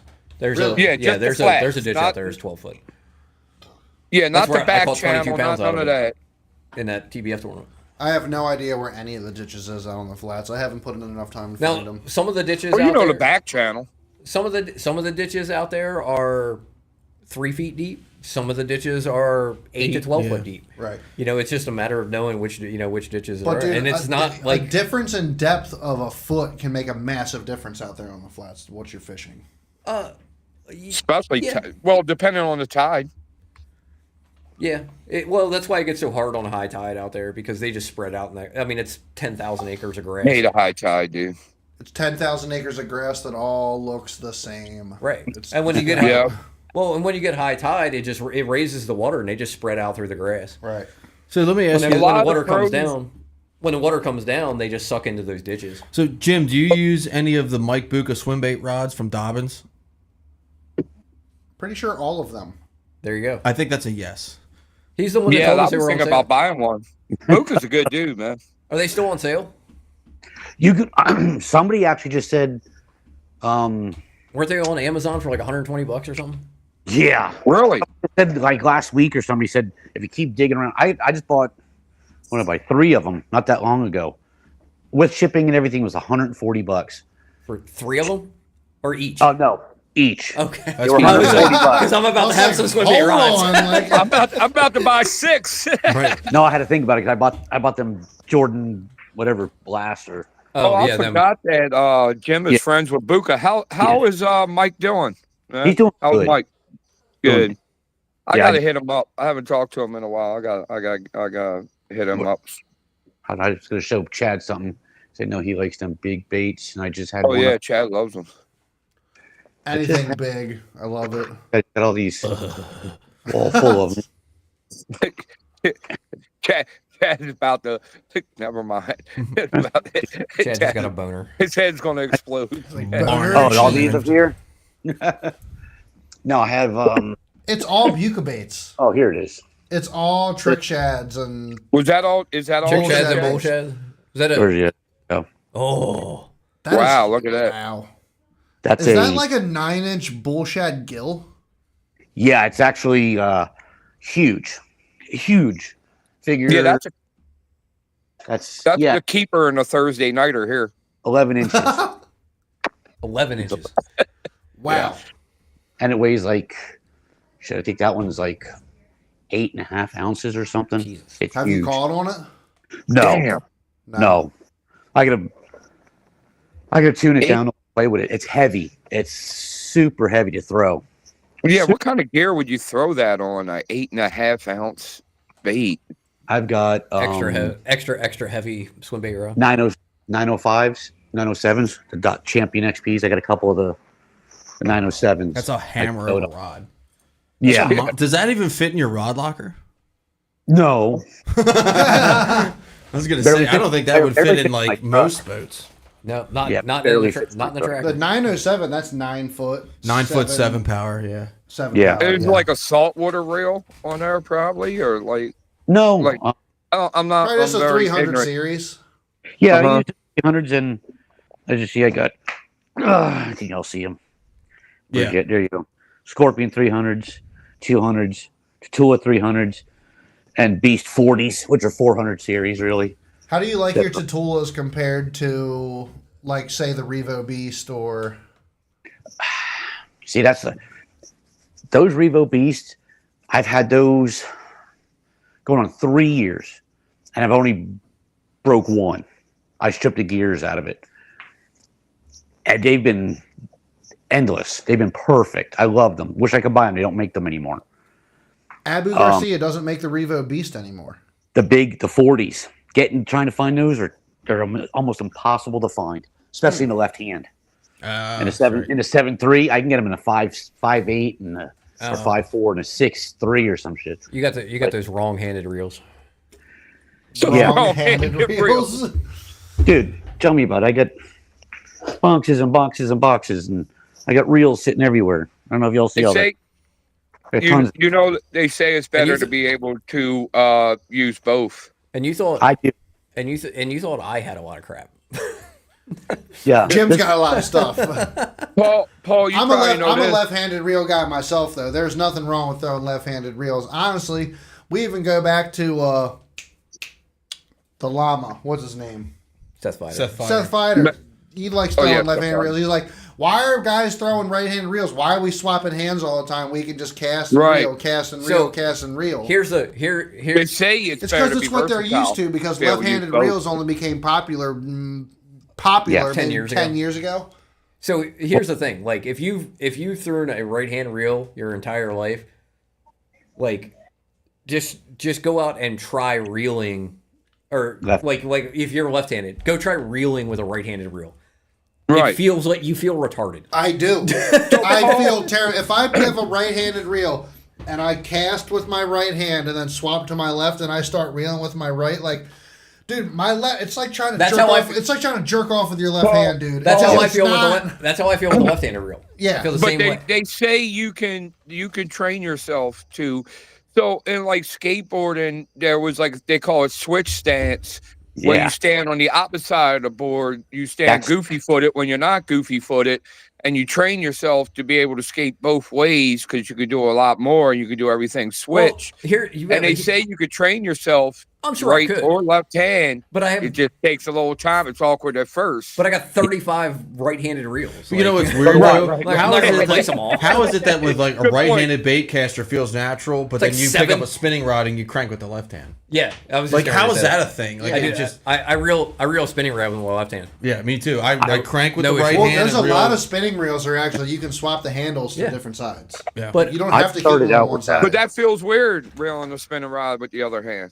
right feels the same. Like if I reel a spinning reel with my right hand, it feels I feel stupid. See, I can My with rod a spinning never reel. I leaves can do either my one. right hand. My rod never leaves my right hand. It's always in the right hand, and I'm always with the left hand. It's funny because I To was me, it doesn't make it. It doesn't really make a difference because my rod is I switch hands 90% of the time before It's the water just even like hits the this water. is the right is my dominant arm. So like, why would I want to try to like twitch a jig with my non-dominant arm? Habit. It was habit. We all started out with those little push button Zepcos when we were all little kids, and then we all moved up to dad's or whoever's spinning reel. So it I just don't- that's how we grew up awkward. I mean, I can work a jig just as well with my left hand as I could. You know, I can Yeah, with a spinning I rod would with my agree right with that hand. because like if you fish a jig with the left hand on a casting rod, you work it the same way with a shaky head with your right arm. It's the I same would- thing. Like I like Setting having. the hook. Setting the hook would be the difference. I like the reel control, Yeah. like being able to control the reel. Fishing or Like divers. I'm way more comfortable controlling the reel with my right hand. What's up, Little John? Had a father-in-law that me fished too, a right bro. hand, but would flip it real left-handed backwards. a spinning reel. I've seen people Okay, do that where they okay, flip okay, it okay. upside down and do Okay. this.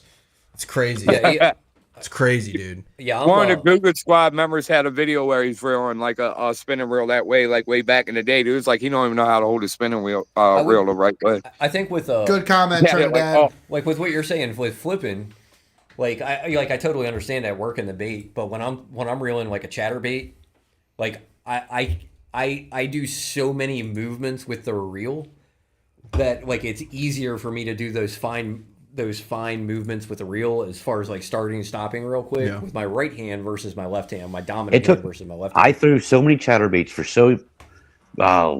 years. You know, righty. On a bait And caster. used on a bait caster, boom, boom, boom. And then my friends all made fun of me. Reel it the wrong. So I bought a reel. I'll try it. And it was the hardest, weirdest thing to do.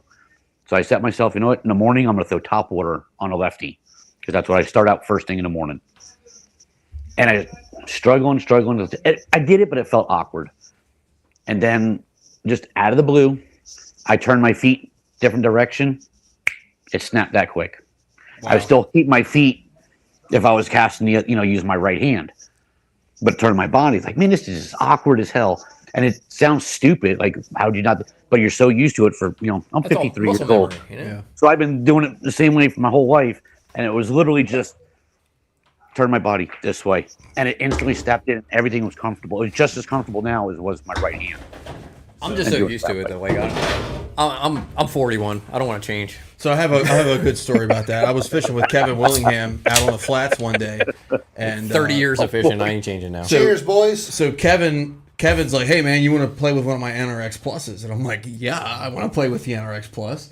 And he's like, "Yeah, I got a chatterbait on that thing. Go ahead, cast it around." So I pick it up and I like go to grab it. I didn't realize it was a left-handed reel. So I'm like, okay, whatever. So I go to make What's a up, cast, Josh? and like I feel like I'm autistic up there, like, I just couldn't get it right. And then like the third or fourth cast, like I'm trying to figure it out, and then I get a fish, and I'm like, I don't know what to do with my hands. And then I'm And like, then- and then you worried try to- about breaking the rod. And then you try to set the hook the wrong direction. Yes, dude. It's like oh, doing yeah. dirt. I I'm like new, set I the don't know hook what with to the do. reel handle. Oh, it's terrible. I'm so terrible, used to setting the hook across my body that like if I have a left-handed reel, like You're gonna go like that. I or go some like stupid this shit. Yeah. instead of going like this like I should, like it just goes yeah. It's like the interview in Talladega Nights where he's just standing there and he's like, I don't really know what to do with my hands right now. Hey, what Dude, makes- Denny Brower said he practiced flipping so much, like while he was at home, that he knocked all the leaves off his wife's plants and stuff. She got all mad at him, like flipping in the flower pots and stuff. You know what I will say though is like this year I've spent a lot of time on the back of the boat, obviously because I haven't had a boat. I've actually gotten really good at casting one-handed with my offhand, just because like I don't know why. I feel like I'm more accurate one-handed, left-handed, like whether it's skipping or just making a precision cast versus doing the whole backhand thing. Because I've been on the back of Miles's boat all year, so it's just like because we fish a lot of jigs, so I'll just be skipping a jig with the left hand. And it feels good now. So like in the rare event I'm in the front of the boat, it's just like it's so nice not having to line up the boat and do the old baseball. It's just do because it's just like easy. Oh, there's something over there. Hold on, just, like. It's one of those things where, like, if you like skipping jigs or fishing a lot of hard cover, just on a slow day, just use your left hand or just do backhand for an hour, and it feels weird at first, but then you start to get it. One thing I've worked on flipping a lot with my left hand. Yeah. See, I flip. I reel with the right hand, but I flip with my left hand. How much flipping do you do down there, Jim? You doing a lot of punching mats and shit? I hate it. I just started doing it this year. I mean, I got some decent fish. I got a couple 8s and 9s already, but it's boring. It's just so damn boring. It's just my God. He caught some 8 and some 9 pounders. It's terrible. Well, no, he's right, though. I mean, it is like It seems random. I enjoy doing it, but if I caught a 9 pounder, I would have a fucking seizure. Yeah, but I mean, I'm not being. He's in Florida. I know he's in Florida, but still. He's caught 26 double-digit fish. Yeah. Are you mainly punching like the reeds or punching hyacinth and stuff? Hyacinth. And all the float mats, that's where they're been at. I was going to start with the really thick hydrilla, because that's a pain in the ass though, because it's 4 to 6 foot to 13 foot deep, but just solid. So not knowing. At least hyacinth. Okay, there could be something here. Or, okay, there's hyacinth and right up against bulrush and has some mint grass on it. Okay, there's going to probably be a fish under that. Or a palm cluster that fell over. You're going to find them in there. But when you get out in 10,000 acres of just matted out hydrilla, you don't know, do I throw here? Do I throw there? Because you just have nothing to base it off of. That is. I haven't been doing it long enough to know, just throwing shit up my front yard and maybe I'll find a fish. That is the Potomac River in a nutshell. Yeah. What would you say is your favorite place to fish? 60 miles of matted hydrilla. Do you punch on the Potomac? Yeah, a lot. So what are you using, like a 1 ounce punching weight? Usually 3/4 to 1.5. Like never 3/4. Really? 3/4. 3/4 won't even touch going through that stuff. Really? Ounce and a Yeah, it'll sit on top. I usually use if I can get away with an ounce, That's I so will. heavy. But usually it's 1.25 ounces to 2. It's like throwing a swim bait, but it's a jig. What would you say your favorite lake to fish on the Kissimmee chain is? Kissimmee? Yeah. I fished the top in Toho. I think that was about it. And we went there right after an MLF tournament because my buddy was all fanboy with all the guys out there, whatever, queer. And there was just no fish.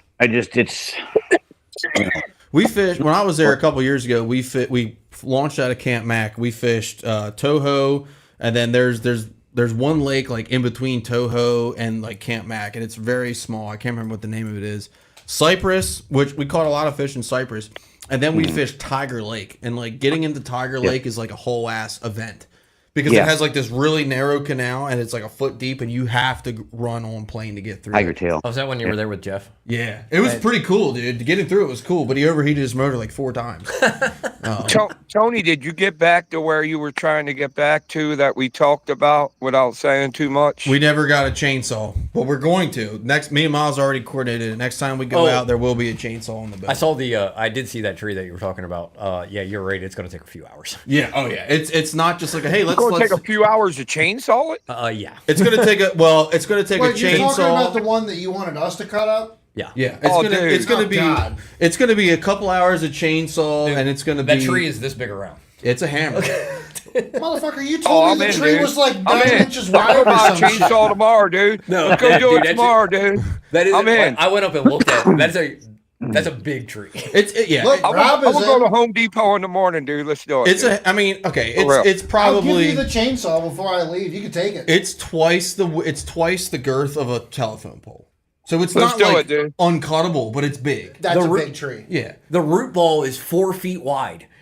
Well, you don't have to cut the But we're not root. cutting the root ball. The root ball's still on the back. Right, the root ball can stay, right? Yeah, but You just gotta cut the root ball is the what's tree sitting out right in the way. middle of the channel. Just don't wedge the damn chainsaw blade in the fucking tree so you Different can't get law. it out. I know. But you only need enough That's room. the Why only don't you one. just jump like, it, you dude? have to. I'll show you on a map. I know this has to be the log because you cannot get in there any way possible without going over the log. Is it the one in the back corner? Because the channel that you think it is not the channel. There's just different. Did you channel. try It's to like jump you it? can't. You can. Watch I'll show his you face after would this. hit that shit in his boat. So anyway, Yeah, jump but yeah, so Jump it. it's like a, it's Keith, like a, Keith Keith what? Pochet. Keith Pochet. it's like an Keith hour. Pochet that tree. It's like an hour of Yeah. sawing, and I'm about to then keep crochet that shit tomorrow. Let's do it, dude. it's like an hour of sawing, and then it's like you definitely need some sort of rope and Rob's got block a- and tackle and rigging. Rob's got a winch. Yeah, I got a winch, the dude. winch on the my winch boat. would work. I would We're rather getting use. over the tree, dude. The I'd tree rather ain't use stopping some- me. The tree's not going to win, dude. That's all I can tell you. Well, so I was planning on taking a bunch of ratchet straps, come-alongs, and block and tackle with do some it. serious rope to get that thing out. that's a of good there. idea. You gotta make a couple cuts. I have. It's All I got to say is the tree that I saw. If you try to go in from any other angle other than straight through where that tree is, you're beaching your boat. I'm pretty sure Yeah, my straight through chainsaw's is got not a the deal. 28-inch bar. No, on if you it. try to go any other way than oh, straight oh. through, you're beaching your boat because that tree Is is the whole sitting tree- right in the dip. Yeah, Is it halfway underwater, or is it like it submerged? Or there's is a it, little. There's a little bit. It's mostly out of water. so we won't mess up Chad's chainsaw. Let's do it, dude. What are you doing all Come on, right now. Let's go do it right now, He's dude. like, Come yeah, we're on. not gonna mess up Jim, Chad's hop in your truck. $1,000 Come on, chainsaw. man. Let's do it. It's 6 hours. Jim's like logs. What are those? We don't even have trees down here. fucking long? If you can do it, goddamn, what are you gonna cut it off and just let it float or sit in the bottom of the Drag water? it up, throw Hey, it just over my fish drag. shoulder. Just drag it out to a hole and use it as some structure. to Jim, fish off you, of. you got to understand that if We're we just talking about up on Conowingo, John. if we Yeah, just yeah. We got morning wood. if we just floated this tree, it would just look like any other place on the lake. Yeah. Okay. I mean, it's Yeah, just, the whole lake's covered. I mean, it's always covered, would. covered with wood. Yeah. Okay. Ponch Trinidad It's a says, flipper. guys, It's a flipper's paradise. guys, No, what it's are not your- because it's all floating in 40 feet of water. Well, I'm just talking about Maryland in general. All the laydowns. We No, got up a on lot of Conowingo, laydowns. Gramster. Ponch Trinidad says, guys, what are your thoughts on Japanese or JDM rods? Well, Chad loves megabass rods. there you go, so- Chad. I have quite a few megabass rods. I think they're fantastic. Does they're- Daiwa count? As a G? It depends on what you want to. It depends on what you're talking about with Daiwa. Like the standard Daiwa So stuff. are we talking like like if I'm throwing like a Tattoo Elite rod? I feel like it's not JDM. No. What's Because- the mega bass, like the Da Vinci or something? What's it called? The Levante. They got the Megabass- Megabass Levante, the Megabass Levante. Arachi, the Megabass Destroyer, and then you have different. You have different series. So what Within- kind even of within those, there's price different range series. are you talking, Chad, on those rods? Like, what's the price range? Let's just say 40. to get a decent mega bass rod, let's say like a 7.3 The or something Megabass like Levante, that. I'm pretty sure you can get for 200, 230. That's not too bad. It's There's not. no it's way you're not getting too it that. bad. Prices are way better JDM. Because I got out and walked it. You're not getting a boat in it. I'm telling you, I got out and walked it. It was knee deep the whole way. But either way, You're not getting a boat in it. I promise. I I got two personally, to Hey, log, Paul, and then I got. Paul, I fished that shit. we're talking Paul, about. I can get my JDM boat rods. in there, Yeah, dude. that's true. Rob can get his boat in there. Yeah, I can You're get not my getting a boat bass in there. boat in there. The Daiwa Steez is a lot more JDM in my I always got opinion my boat stuck, than and I wasn't 50 yards some of the from other that. stuff. And Daiwa They're Steez still makes really, really fussing good about stuff. the log, dude. I Yeah, know, but they're Dad's still trying to talking tell us about about the rods. fucking log. So anyway, Talking Daiwa. about the goddamn log. So what? Like if you're like The Steez, yes. So the Steez. I mean, if you're fishing, like if we're talking like anything, I guess anything Tatula is not considered. no. It's Not baseline. really. Well, see, It's baseline. Steez also makes Dial makes what do you all those consider Steez baseline, have limited then? editions. Like the Tatula Elite is a $450 rod. You can. but it's a U.S. brand. Most of the JDM stuff that, like me and probably Chad, when you say JDM, you can't get it here. Well, he said Japanese or JDM, so Does that's what I was Spro- going with. I Spro totally makes the understand. rod now. I totally Yeah, understand yeah. what you're saying. I mean, that's kind of what I was basing it off of. Chad, yeah, does I Spro totally or agree Jim, with that. Do what? Jim or Chad, one of you guys, does a Spro make a rod now? If I'm Spro correct, does make a rod. They make a now. few Yeah. rods. Is it decent? Haven't tried it yet. Don't try it. You want to do it? The reels, okay though. I like the frogs. Yeah, I've heard the reels. Are I good. just I love my Megabass rods. My Megabass rods are great. I have Levantes, I have Arachis, and I have Destroyers, and they're some of my favorite rods to use. They're just so. But the thing is with the Megabass fishing rods is they're purpose built for Megabass baits. Really? Like the Arachi flat side special is purpose built for Megabass crankbaits. It'll work with other crankbaits, obviously, but it's Right. purpose built for Megabass crankbaits. But you can throw a Fritz side I on have there. a Levante. It's a jerkbait special. It's purpose made to throw Vision 110s. You know That's what? it's for. I feel like a lot of those, and I'm not just talking Megabass. I'm talking like other brands of rods that do that same thing. It's a marketing. I feel like it's just a marketing ploy. Well, What, JDM? no. See, there is a thing.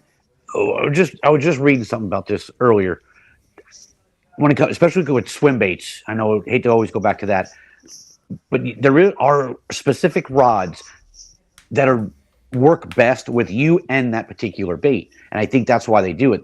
They put so much effort and technology into the rods that work in collaboration with that particular bait because they can. We're just lazy and we don't do it.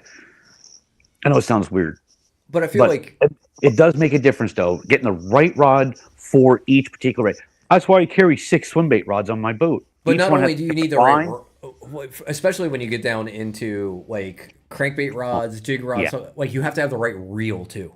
Yes, Yes. they are Yeah, very you do. specific about that You know, as it's well. not you can't just buy a rod and I fish St. Croix. Like I can't just like buy a St. Croix jerkbait rod and put a piece of shit reel on it that weighs a half a pound and expect it to get the full potential out of that rod. It's not designed to have a reel that heavy on it. You need to have a good reel that has the correct gear ratio for the bait Yep. that you're going to be throwing because the gear Everything- ratio complements the action of the rod. Well, not Right, just, not and even the the bait. gear ratio. Like I'm thinking like jerkbait rods. Gear ratio doesn't make a huge difference. It makes a little bit of a difference, but it doesn't make a huge difference when you're fishing jerkbaits. But the weight of the reel makes a giant difference in how that rod reacts I because can- it I throws can the agree with balance that. off of I it. can agree They're with all because they all feel different. I could take the Zodius rod I had sitting right here. Great rod. It's light, paper white. It's the same length as one of the 35 Kisslers I got sitting here. But the action, even though it says it's the same action, medium heavy, 7.4, Of course, they are completely different. every Completely manufacturer, different. Yep. manufacturer, a medium heavy and a St. Croix, Is like complete- a medium light in a St. Croix spinning rod is like a medium in a Shimano. Yeah, but the Zodius, it's stiffer, but it's paperweight. Yeah. The Zodius is stupid, like it's almost fragile. I already broke one. As soon as they hit the ground, it's like shattered. But it's strong. If you get it, the parabolic bend into it, they're strong that way. You try to make it to a C, they ain't strong that way. But it's Yeah. just, I use that for that. Believe it or not, that's my like finesse rod. I got lot a of- medium on that, and it's just a little bit finesse rod. A lot of people don't realize that rods are made to bend a specific way also. So there's a spine on the rod. Yeah. And if that spine's not like if you don't, it doesn't matter what manufacturer you have, but if they're not lining the spine up correctly, like that one, the action on that rod's gonna suck, and two, it's gonna break. Yep. Mr. Tom taught me that. Yep. Yeah, opposite side I didn't know that. of your eyelets, and you can take a good rod, put the tip on the ground, put a little arch in it, and roll the rod, and you'll see where the bounce is. The bounce should line up with your eyelets. Yep. To show you exactly what a spine is. Well, and the other part of it too is like I have a handful of Zodiuses and Corrados and a couple other Shimano rods, but it's like every rod doesn't work with every reel either. Like there are certain rods that it could be the top of the line reel, and it just for whatever reason it doesn't balance well with that rod. Or- It feels like shit. And it casts like shit. Yes. Yeah. And you'll think, oh my God, this reel sucks. And then you'll put that reel on a different rod and it's like just casts like a dream. Yeah. I get that because I use such big braid, between 65 and 80 pound braid, regardless if it's if it's a worm rod or my swim bait rod. I use the same line. The eyelets being so small, it actually limits the castability. Yep. And you don't think about that, like, oh, it's all what's difference. But some of my rods, the eyelets are smaller on some and slightly larger on the others, and that's why they cast better. It's the same as a spinning reel.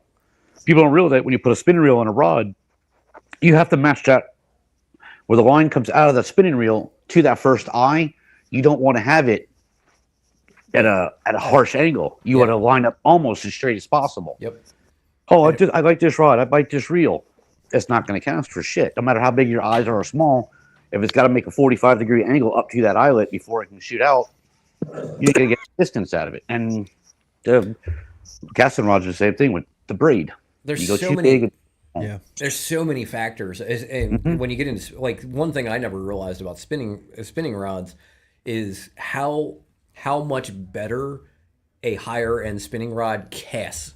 Like you don't think of that because it's open face and there's nothing there, but I was notorious for having very, very low end spinning reels because I didn't think there was a purpose, right? Other than drag, I understand, better drag and, stuff like that. But for the most part, I don't deal with that.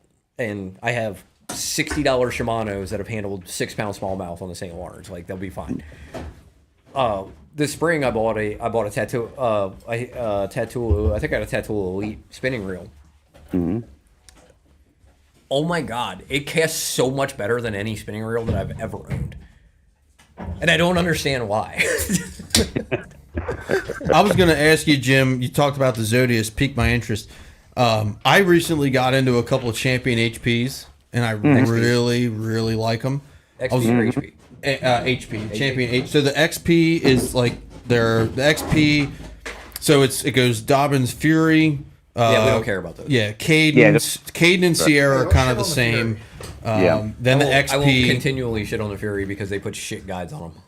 They are. But after the XP, then you get into the HP. Put shit guides on them. Right. I shit on those too.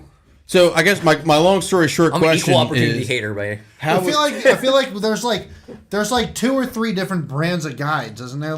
Fiji's the top brand guide you can put on there. Fuji, so Fuji's kind of your higher, that's your higher end. You got Keegan, you have American Bait Works. There's hundreds of manufacturers. I have Fuji guides on my X Prides. Very good. I got Keegan. I still have them pop out and bend. from stepping I feel on like the rod. all guides are just junk. It's the castability though. Yeah. When you have the guides that are on the Fury, it's the same guides that are on the Bass X that St. Croix makes. I'm pretty sure they're the exact same guides, and they just suck. They don't cast well. There's too much friction in the guides. They just suck. Well, my question is, so now if you took a Dobbins Fury and paid somebody $50 to re-guide it, and you then had a $200 rod, it'd be a decent rod. But then you might as well just buy a $200 rod and get good guides on it. So my question is, comparing the Zodius or the Corrado or even the X Pride to the HP Elite. What would you? I really like the HP or the HP Extreme. That thing is awesome. But I don't know if it's better than the Zodius. I think it's a little bit better. But as it should be, it's $150 more. I'll put my XP champions. I trust them more than I do the Zodius. There you go. Really? Now, for braking, yes. Now, what about for sensitivity and just general feel? Well, see, that's the whole thing. These Zodius are like carbon fiber feeling. They're stupid light. There's no. You can feel a fish fart when it swims by. But with that sensitivity, you give up, which I look at Durability. strength. Yeah, durability. I've slipped and slapped the rod down flat, and it broke in pieces. Literally all the way down. I mean, It's brittle that way. Just be snap, crack, and just brittle like 4 places. It just snapped all the way down. Yeah. If you're talking about sensitivity, I mean, it's not hard to figure out like what's going to be more sensitive. It's all physics, right? Yeah. So the Lighter is going to be some more sensitive. anything lighter is going to be more sensitive because less mass to transfer the energy through. Yeah, and getting that sensitivity with strength Is not easy. that was the hardest thing I had to. That's why I stuck with Kistler years ago, because I was looking for something strong. Because I was fishing out of the kayak back then in the lake, and there's 6 foot of grass. So if I'm catching a fish, rods breaking, because I'm pulling my kayak through, literally, reeling fish is stuck in the grass. I'm reeling me and my fat ass kayak all the way over to that fish. I think we lost Rob. I'm 240 pounds, and I got a 125-pound kayak, and that rod's holding up, pulling me and that kayak through that grass all the way over to grab that fish. That is one big difference I will say from going to the Champion XP to the Champion HP Extreme. The HP Extreme is a lot lighter. Got you it's back, a Rob. lot lighter, and like you notice it right away. And if lighter, I mean, anything lighter is going to give you more sensitivity. Yeah, it will. It's like the ecstasy, right? That's what it is. That's my next one to buy. Do you have any of those, and do you like them? I can't afford them. Even if because I can get 50% off on all Dobbin stuff. But man, the shipping now, they'll kill you on shipping. The shipping costs more than the rod does.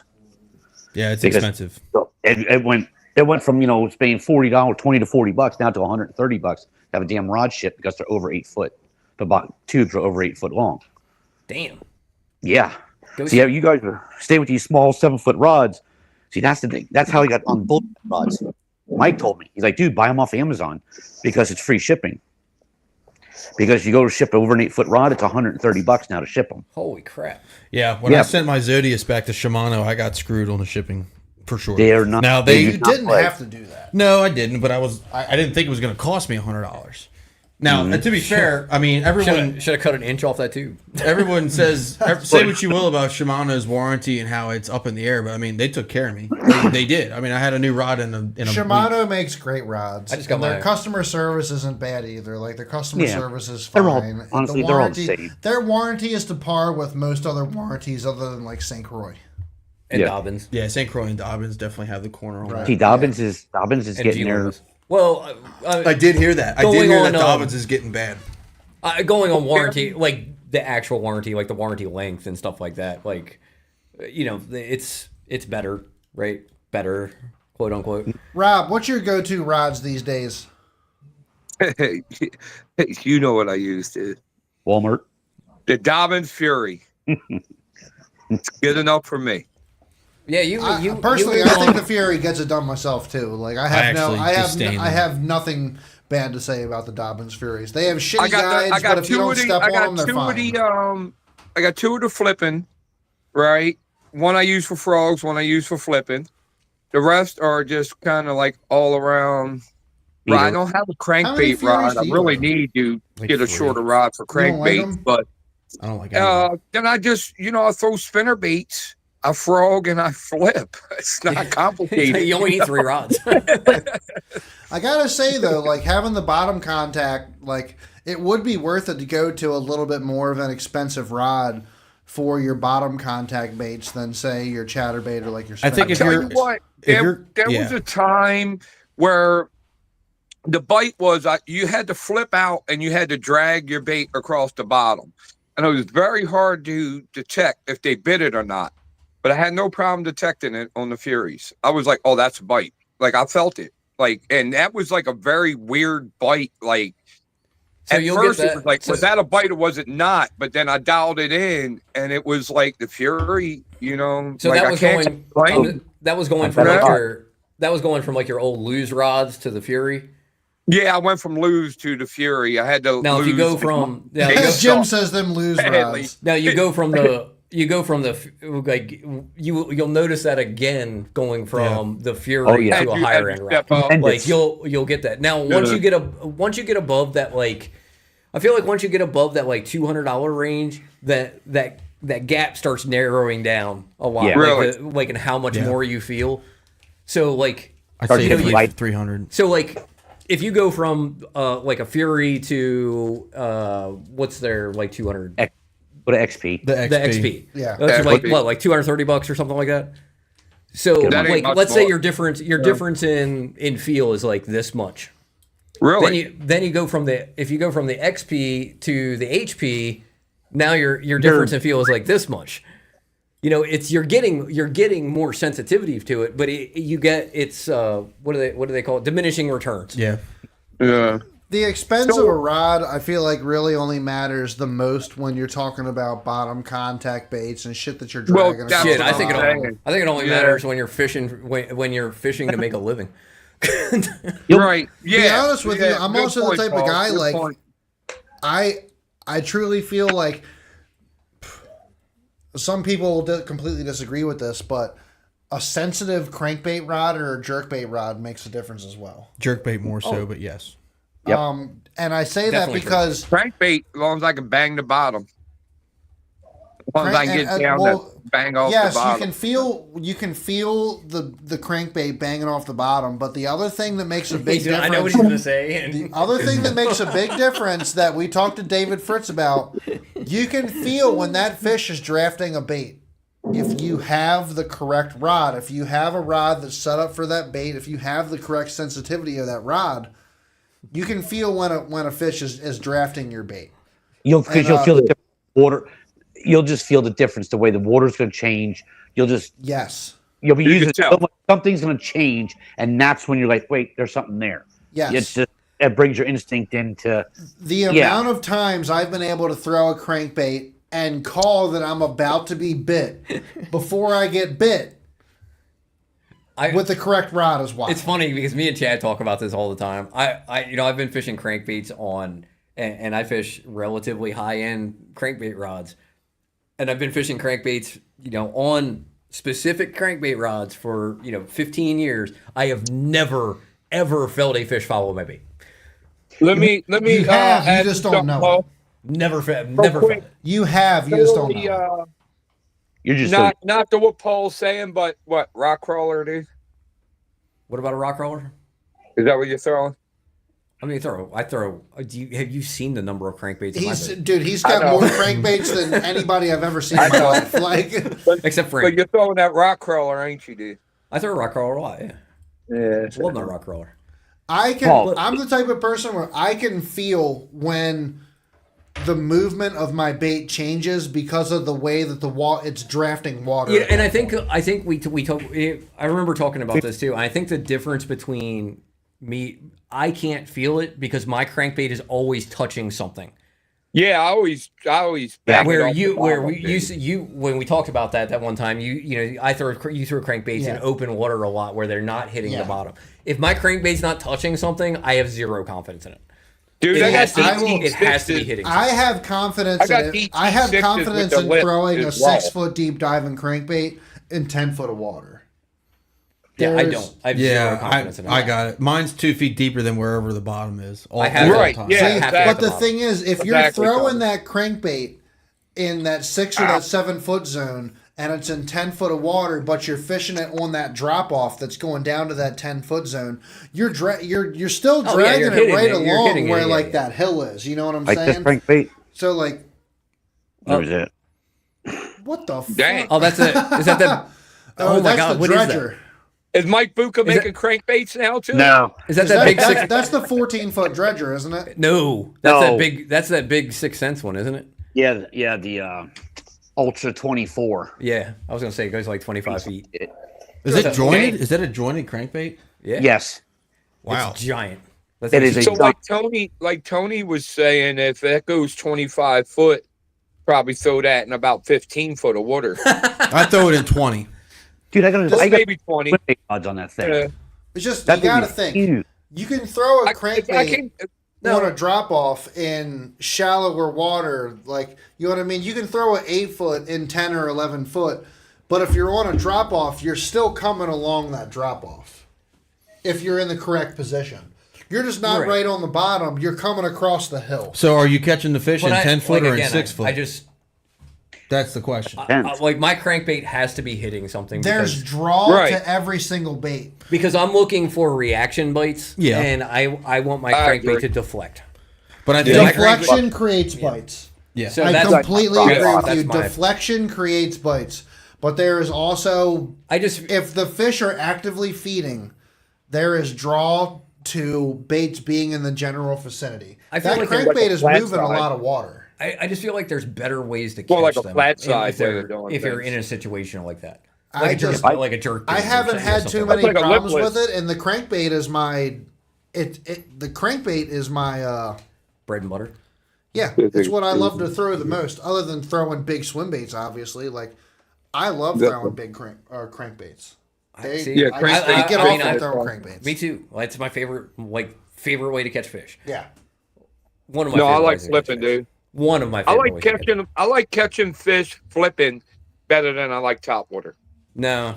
Buzzbait. I do. that's tough. Buzzbait will. I know most people disagree, but I do. Buzzbait will always be my favorite way to catch fish. See, I'm a frog. So Like, it's if they're gonna eat a amazing. frog, I'll throw it all day. It's Yeah, so Cam freaking says cool. I remember this, and I can feel the bass get close when I'm in open water. Yes, And like and like we were saying, I do not throw a crankbait. yeah, in look at open all water. Jim's crankbaits on that wall. He'd be cranking, boy. He's got some crankbaits there. Yeah, But he had like 9 million That's my glide scrap. baits. that's a scrap. Yeah, because everything I use is in my boat. This is everything you guys seen so far. This is my extra stuff. Everything my boat. He That's how I had am.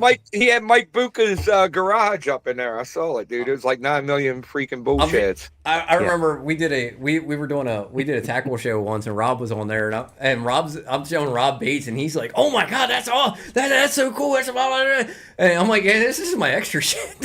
Yeah. Like I'm just Dude, grabbing I- random boxes out from behind me. I figured out a long time ago that I'm going to wind up throwing what I normally throw. Like once in a while, I'll try something new, but it You gotta got to throw be what you're where confident in. I was buying like everything that came out, but then I was only throwing certain things anyways. I could So sit like I and already consider- knew what I was going to go out and Yeah. throw. Everything else was extra. Oh, I see some ribbit Glory. frogs in there. So This is my yeah. Like I got river Toolbox. frogs and all that, but I'm throwing the all squirrel full. toad. You know what I There's mean? stuff So everywhere. like I narrowed my tackle down. Not that I don't have a ton piled up everywhere like everyone else, but I narrowed it down to what I'm actually going to throw. I kind of, you know what? I mean, I kind of do the same thing. Like Yeah. if you look, Yeah, because when you go out, you know what you're going to throw. If you you know look what you at, got like, tied on. You know what you're planning. if you look in my flipping, my creature bait bag, right? Like there's 3 baits in there, three Yeah, or 4. D-bomb, There's a Sweet D-bomb. beaver. No, there's no sweet beavers in there. No sweet beavers, dude. I don't. The only time I throw a sweet beaver is on the back of a jig. I love the sweet beaver, dude. I flip a sweet beaver all the time. These work really Sweet good. beaver or missile baits, D-bomb. D-bomb. The D-bomb. So, Them And flip- then there's the you got any D-bomb's G my crack on favorite there, bait. Paul? You ever No. throw the G crack? Anybody throw the G crack? The I gave secret my gill? G-crack. You don't the- like the old Guggen baits? What was that Guggen bait? The Bandito bug? The Bandito Yeah. bug. Yeah, which was a rip off Jim, of Jim's Strike about to King, pull a wasn't pack it? of them out. Yeah, I got something. I You got a know bag Jim up loves here Super somewhere. Squad, dude. No, I throw I D got all bombs. kinds of stuff. I throw D bombs. I'm with Joe. The missile throw- D-bomb is probably the goat. I throw Yeah. It's good. a rage bug. Mm-hmm. Like if I want something that has a little bit of action to it. Magnum Rage. You guys ever big- put like one of those G cracks on the back? Of a jig? That's what I was just asking. Like the like bellows the gill? secret Yeah, gill. like the bellows go on the No, back of a jig. never Oh, the tried Yeah, the bellows. I bellows haven't gill. tried it either. Yeah. I don't know why it wouldn't work. Though. Every bait I we're got 'em. naming Greg's Jim just pull 'em out. Jim's like, here it is, here it is. See, Jim has I most used guys to have a wacky garage that has a bunch of tools and whatnot in it. Jim has big toolboxes that are completely full of fishing tackle. Love it. Right. Now, How you do it, man? and then I got a couple of. Then I have two other baits that are in my creature bait bag that. Hold on, let me will- try will to. go Hold on, unnamed. let me think about this. Let me think about this for you, Miss Ed. So I will Think of the neither D-bomb. confirm. I will neither confirm nor deny what those other 2 baits are. the rage crawl, D-bomb. You said you don't throw the beaver. You don't throw the G crack. What's the one? What's the? Oh God, dude. What's the weird ass one that everybody throws? The oh man. What, the brush hog? Yeah, the brush hog. I mean I have The those, brush but that, hogs I in there? don't. They stay in my lizard bag. What about the Okay. rage crawl? No, he said I he don't already flip said them the a lot. rage crawl. No, I mostly use this. That's for, a great jig trailer. Jim, Yeah, what are I- we I- looking at here? A Magnum tube. Well, you got a little hot rod in there. All right. Yeah, that's why everything's in my house because my garage is like Oh. a 32 Roadster in here with all my other. A 4-inch Magnum tube. No. Tubes are we're- cool. I'm talking No. about this is just my creature bait bag. It's kind of hard to categorize the tube. I guess they got their own category, but just creature bag. All right, let me think. It's just a creature bag. So flipping Shoot, flipping creature baits. Think more crawl style. They're they're going to be mostly like crawl the style. BFF. D-bombs, sweet beavers. The No, BFF. I do not have the Oh, the BFE. The BFE. There you go. The BFE. I do have a couple packs of those in the house though. Kind of like a tube knockoff. They're okay. I used to love them. I did used to love them. I did, but then I went back to. Look. I'll give up some juice if everybody wants some juice. You went back to your tube, didn't you? Yeah. Yeah. Yeah. Mhm. On a jig? No, You can't beat just a talking- flipping- we're Remember just when talking we flipping talked baits. to Denny Brower? He straight said it. The best finesse flipping bait ever is a tube. You know what? I Because it's different. don't flip a tube as It much is anymore. different. I used to Jim's flip a right. tube. It is different. Not that many people are just flipping a tube. Well, when it's Phil Owen, if you Denny Brower. here's the wild part Brown. about that is We're the only 50 three people left on the planet. 15 years ago everybody was flipping a tube. Right. Oh yeah. Not It's anymore. just one of Yeah. those things that just it's Are we talking about with an eggshell weight, or are we talking about with Texas a weight rig. that's in the tube? with a Texas rig. with just Texas rig with a Right. with, Texas with rig. regular Chad, slip there's shaker. so many tricks. They used to put Alka-Seltzer up in the tube. Yeah. So When you with bubble, flipped it in there, it would bubble. you put a piece of you put Alka-Seltzer styrofoam in the Alka-Seltzer tube. up in You there. have to do that every time you cast it. That'll last about Yeah. 4 or 5 casts. Yeah. You put a piece There's of all kinds- Alka-Seltzer up in there and throw it at a seagull. What's up, Patrick? Here the other one, earplugs. Yep. Yeah, Earplug. earplugs to make it more floatable. It'll Drop put, shot. Styrofoam. put an earplug Drop in the shot. back. Put an earplug in the back of it. Back of it, and it'll make the back of the tube float up when it hits the Yep. bottom. Trocar makes a really good hook. I said too much. Never mind. We know. Disregard everything I just said. Trocar?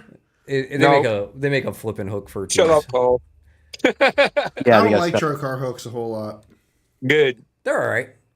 It's an The problem Eagle, with Eagle the- Call no. blend. They're okay. I feel good. like I the mean, they're good hooks. Trocar hooks are just they're big and they're fat, and I feel like it takes Uh, a very very large hook set to drive a Trocar Yep. hook compared to Let's- other hooks. let's dive into they- this real they cut quick. better. I didn't Don't- want to dive like, you into don't have this, to but set a let's hook. But dive they into leave this a real bigger quick. hole. They That's do. the issue. Yes, they Paul. do. I don't hole like in the choker hooks. I would rather throw owner, Gamakatsu, Paul- or Paul is going to know what I'm talking about. The problem with flipping a tube was the hookup ratio. Yeah, it sucks. Always been a problem. Yeah. You They can were also trying throw to them on a side regular hook flipping it, hook. and it was skin hook it. Car came out with a hook that solved that problem. That's You can all I'm also saying. you can throw them on a regular straight shank flipping hook too, Yeah. Yeah, that's how I used to throw them. and they That Trocard hook and they work fine. hookup ratio is way better. Just because of the angle that goes in the tube. But look, we already said too much, dude. Let's talk about glide baits. So what's It- Luca Rob, making now, dude? It's okay, Rob. Ain't nobody here flipping a tube. Yeah. And Ain't nobody about that life anymore.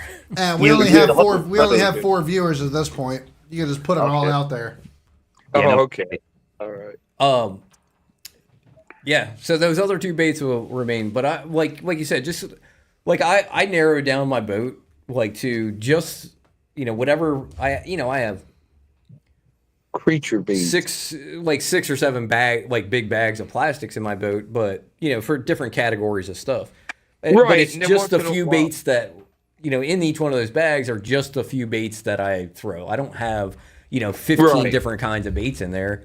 Like if you look at my jig trailers, for example, there's 2 kinds of bait. There's 2 kinds of baits that are in there What tail? for jig trailers. Yeah. There's just your Zoom Super Chunk and Sweet Beavers. That's what I use, Sweet Beaver.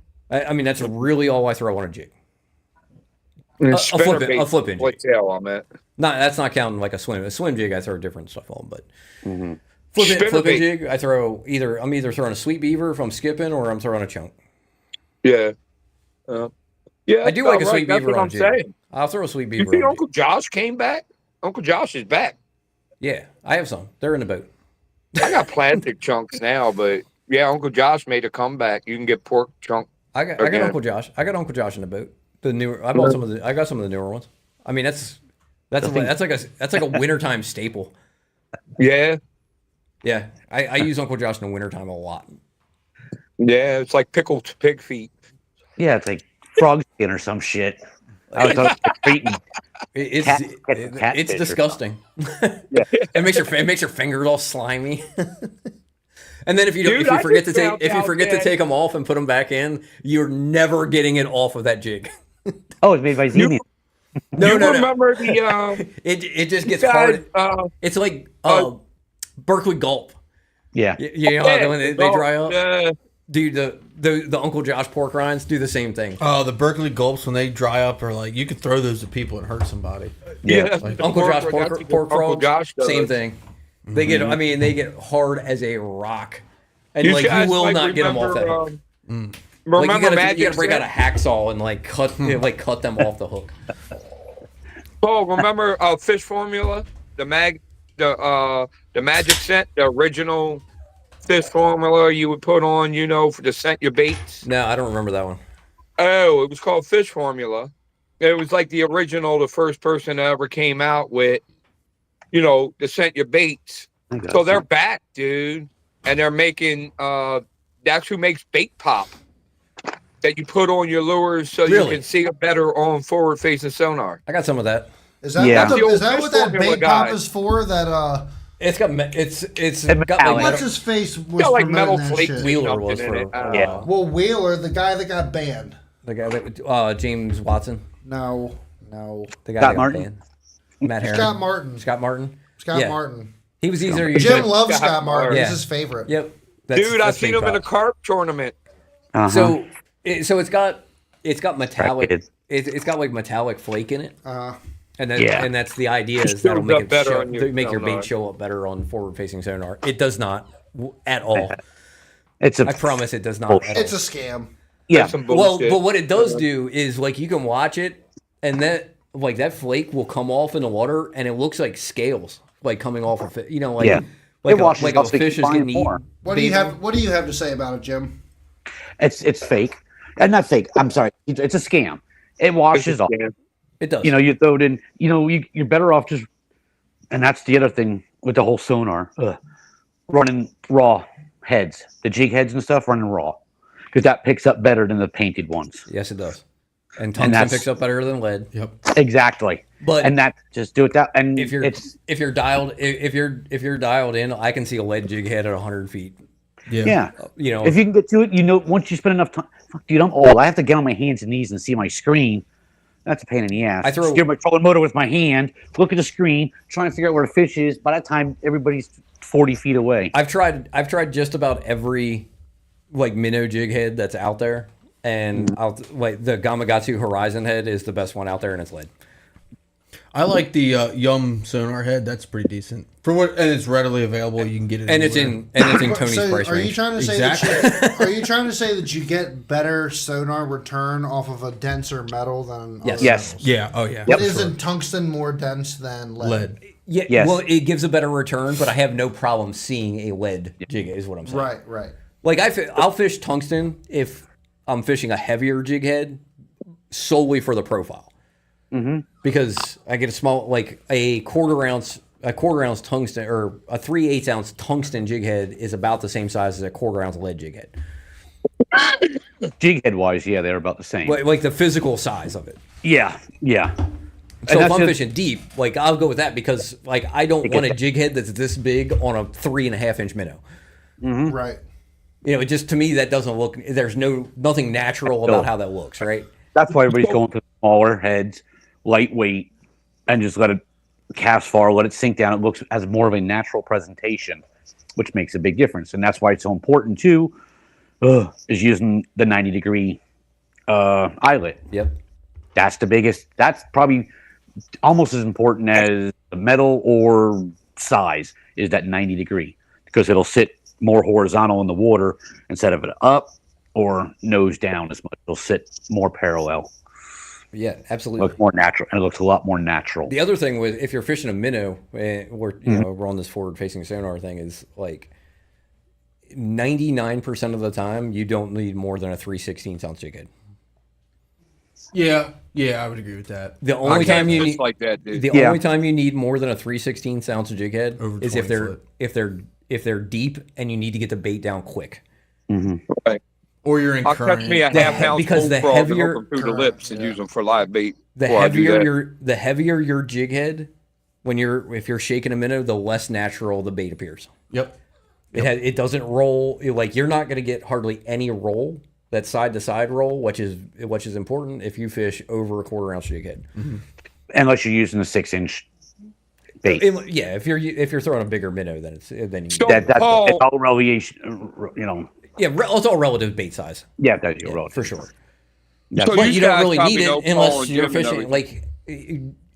Like if you throw a 1/4 ounce jig head and those fish are suspended in 6 feet of water, that bait is past those fish before you reel up the slack.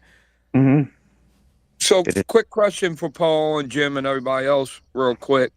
As a guy that's ignorant too, because I'm not throwing minnow baits, but what's like the top minnow baits now? Is it that Sakamata moose shad. minnow that you hear about, or like Sakamata what's the shad. go-to? Sakamata shad. Sacramento shad. depends where you're at too. No, I mean, I don't even think it depends. Depth Sakamata Really? shad. Hmm. It's almost Who the makes only that? minnow bait I throw anymore. A JDM Who makes bait? it? Depths. Depth. Yeah, it's JDM. There's Interesting. I've got tons of different shape, color, and sizes in here, and I got no luck either way. So The biggest disappointment for me is the fucking juggle minnow. I've never caught a fish on forward-facing sonar with that thing ever. I've caught them with everything else except that. I watched Tom Bavaro. What's who's a up, Matt? We got Giant on one Matt in Downs Texas. from Trick Tins Really? in the Yeah. house. How you doing, brother? Oh, Matt, what's it's- up, brother? But to answer your question, Rob, I fish. I really fish 2 minnows now. I either fish the Crush City Mooch minnow or the Sakamata shad.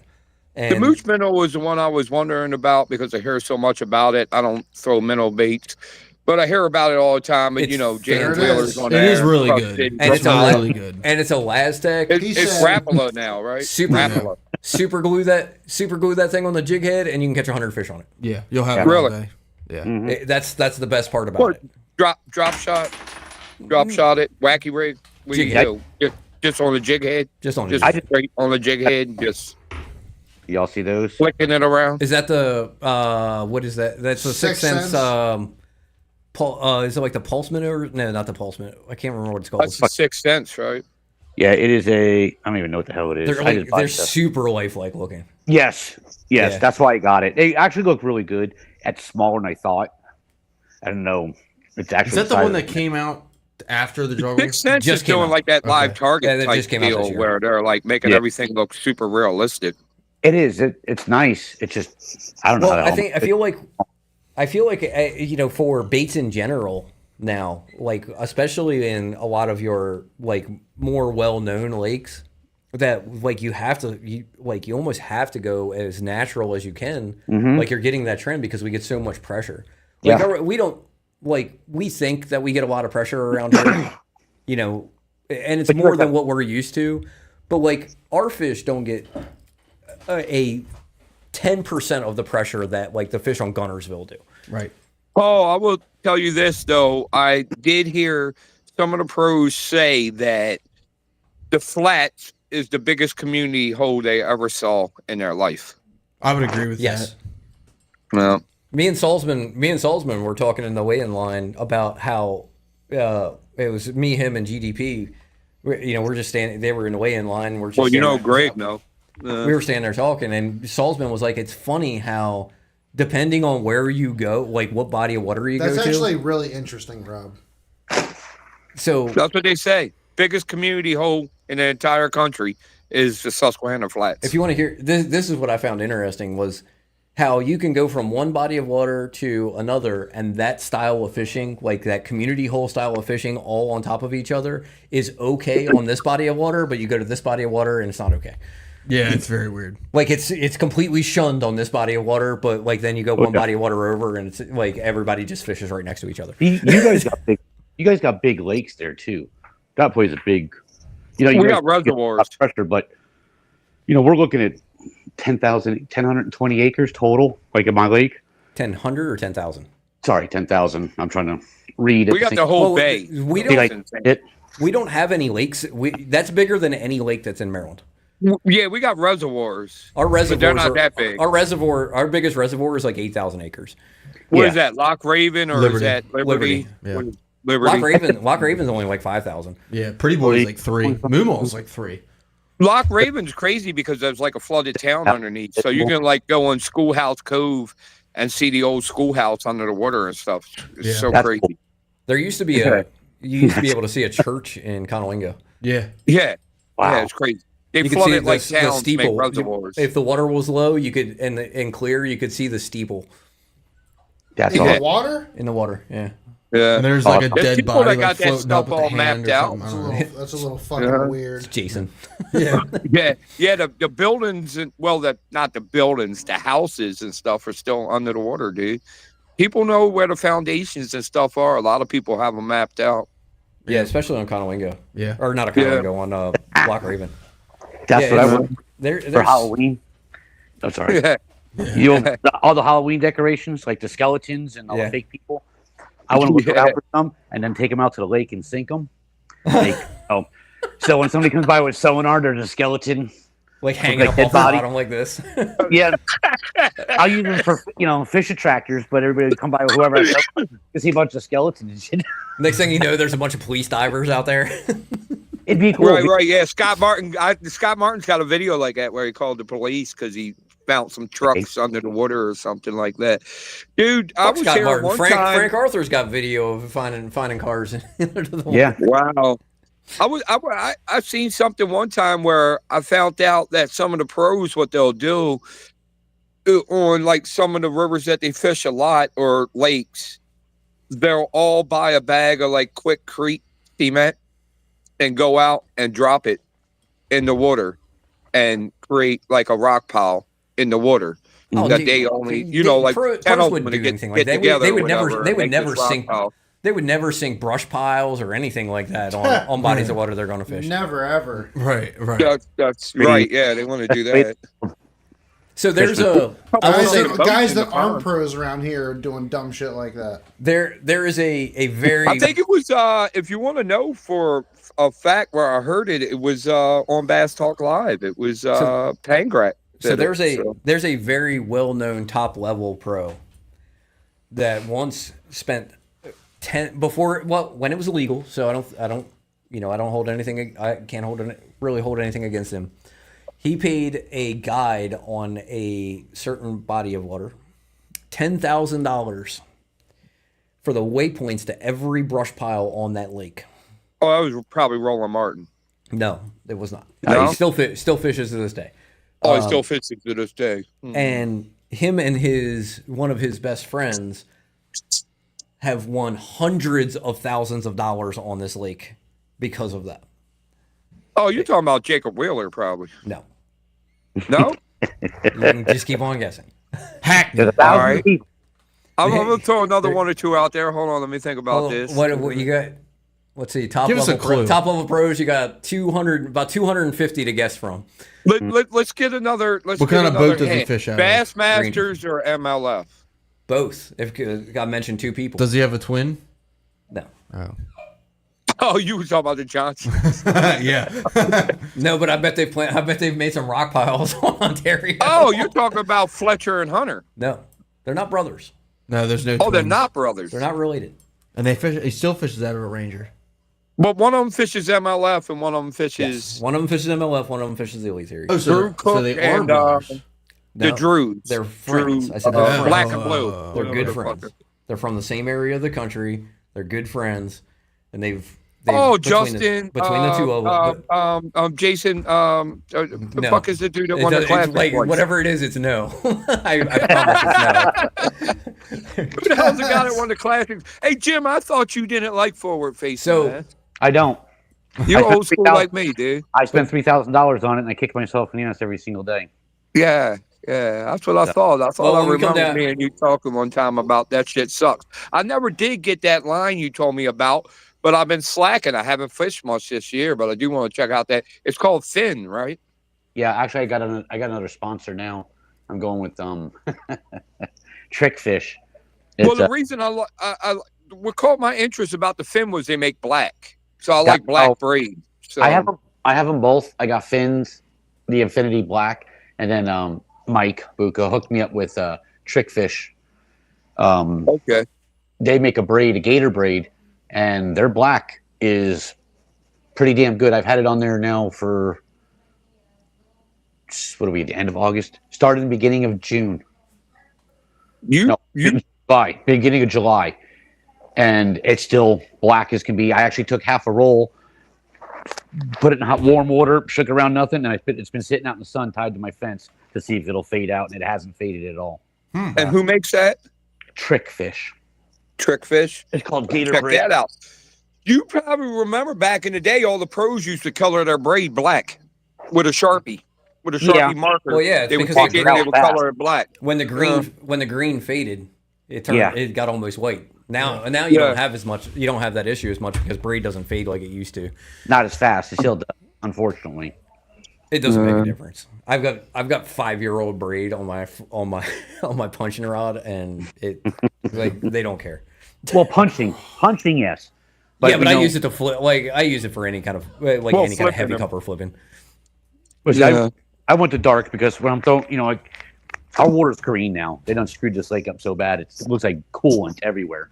The whole lake looks neon green. So So that line stands out like it's like bright white. So Jim, next year when we come down and visit, We absolutely need to do that, dude. We're- Like, we need to do it. we're gonna go out. Jim's we're gonna, like, yes. we're gonna go out and we're gonna teach you how to use that Good. forward facing. Dude, I mean more. Paul's look, going like, to teach you. I don't even have it on my boat, so I'm just going to Paul- be throwing Paul- my baits. Me and Paul Tony, told me Antonio one come down. time I didn't catch a fish. He caught 100. I caught one. No, I don't even think I caught one. I don't know if it's just us here. I don't understand. My deep water, there's nothing on the bottoms. It's mud.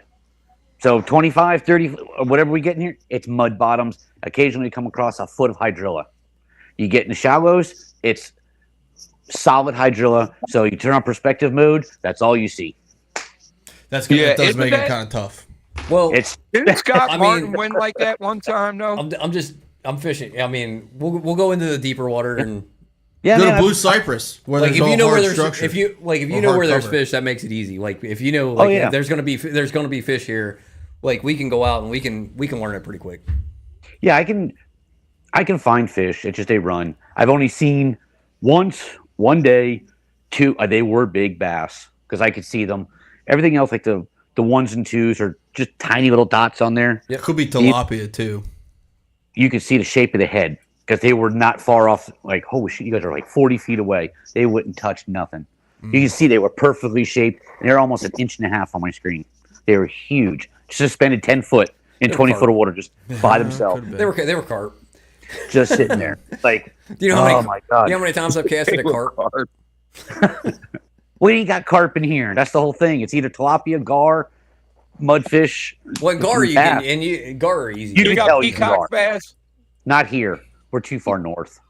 Too far north for the peacock. Gets too cold. Last question before we wrap it up for the night. Have you ever fished in the Everglades? Because I've heard the bass fishing there can actually be really good. Yeah, it is. That's where You just Jason. gotta- That's where you just gotta get on Jason it. Stevens caught his PB. Really? 13 something. I Like, think is it there's easy some to get a boat around there, or is it untapped just like- areas in the glades? Yeah, dude, you go down 595 Alligator Alley, and there's boat ramps. Every little bridge is a boat ramp. Yeah, There's a boat ramp. it's just easy per to get mile. lost. I need Yeah. to live there, dude. Yeah, I I gotta move now. Fuck. That's what you got all the electronics and everything for. So Yeah, I mean we got GPS, and until the floating mats like cut off your canal or whatever you're going through. But that's not that bad. That doesn't happen down there that much. It really doesn't. No, That's north. Up here we got that because the water's deeper here than it is down there, and they spray and kill everything up here. So that's where all these floating mats come from. They spray everything and it just breaks loose from the bottom, and the tussets just float around. that happened. That happened to my buddy when he was down there. When he was down there this year, or was it this? Yeah, he was down there this year. they ran this narrow canal to get back to this like little pond area, and they come to run out of it. He's like, I think we're going on the right trail. He had like 2 trails, and they're running on this trail, and it's just like it looks like a dead end. Yep. And he's like, you know what? My line goes through there. I'm going for it. Yep. Just gun it. Just gun it and trim up, and you have nothing but the prop in the water and Just go. just run through it. As long as there's no trees in the middle of it, you're okay. Okay, what's the worst that can happen? Right. Wow. You know. So. All right, guys. Well, Yep. we've been on here for almost 3 hours tonight, so Hey, 2.5 thanks, guys. at least. So thanks for joining us, Jim. We appreciate Hey, it. anytime, Thanks, guys. Jim. Thank you, guys. Thanks, Great Rob. It's great talking to you. Like I Jim, said, we're gonna Rob, come. Appreciate you We're guys. gonna try to come down next year. And, Anytime. We'll make room. and do some. We'll talk to you and figure out when the best time to come out is. I And, want to hang out in that garage and look at all the swim baits. Mike, this is my living room, dude. This is my living room.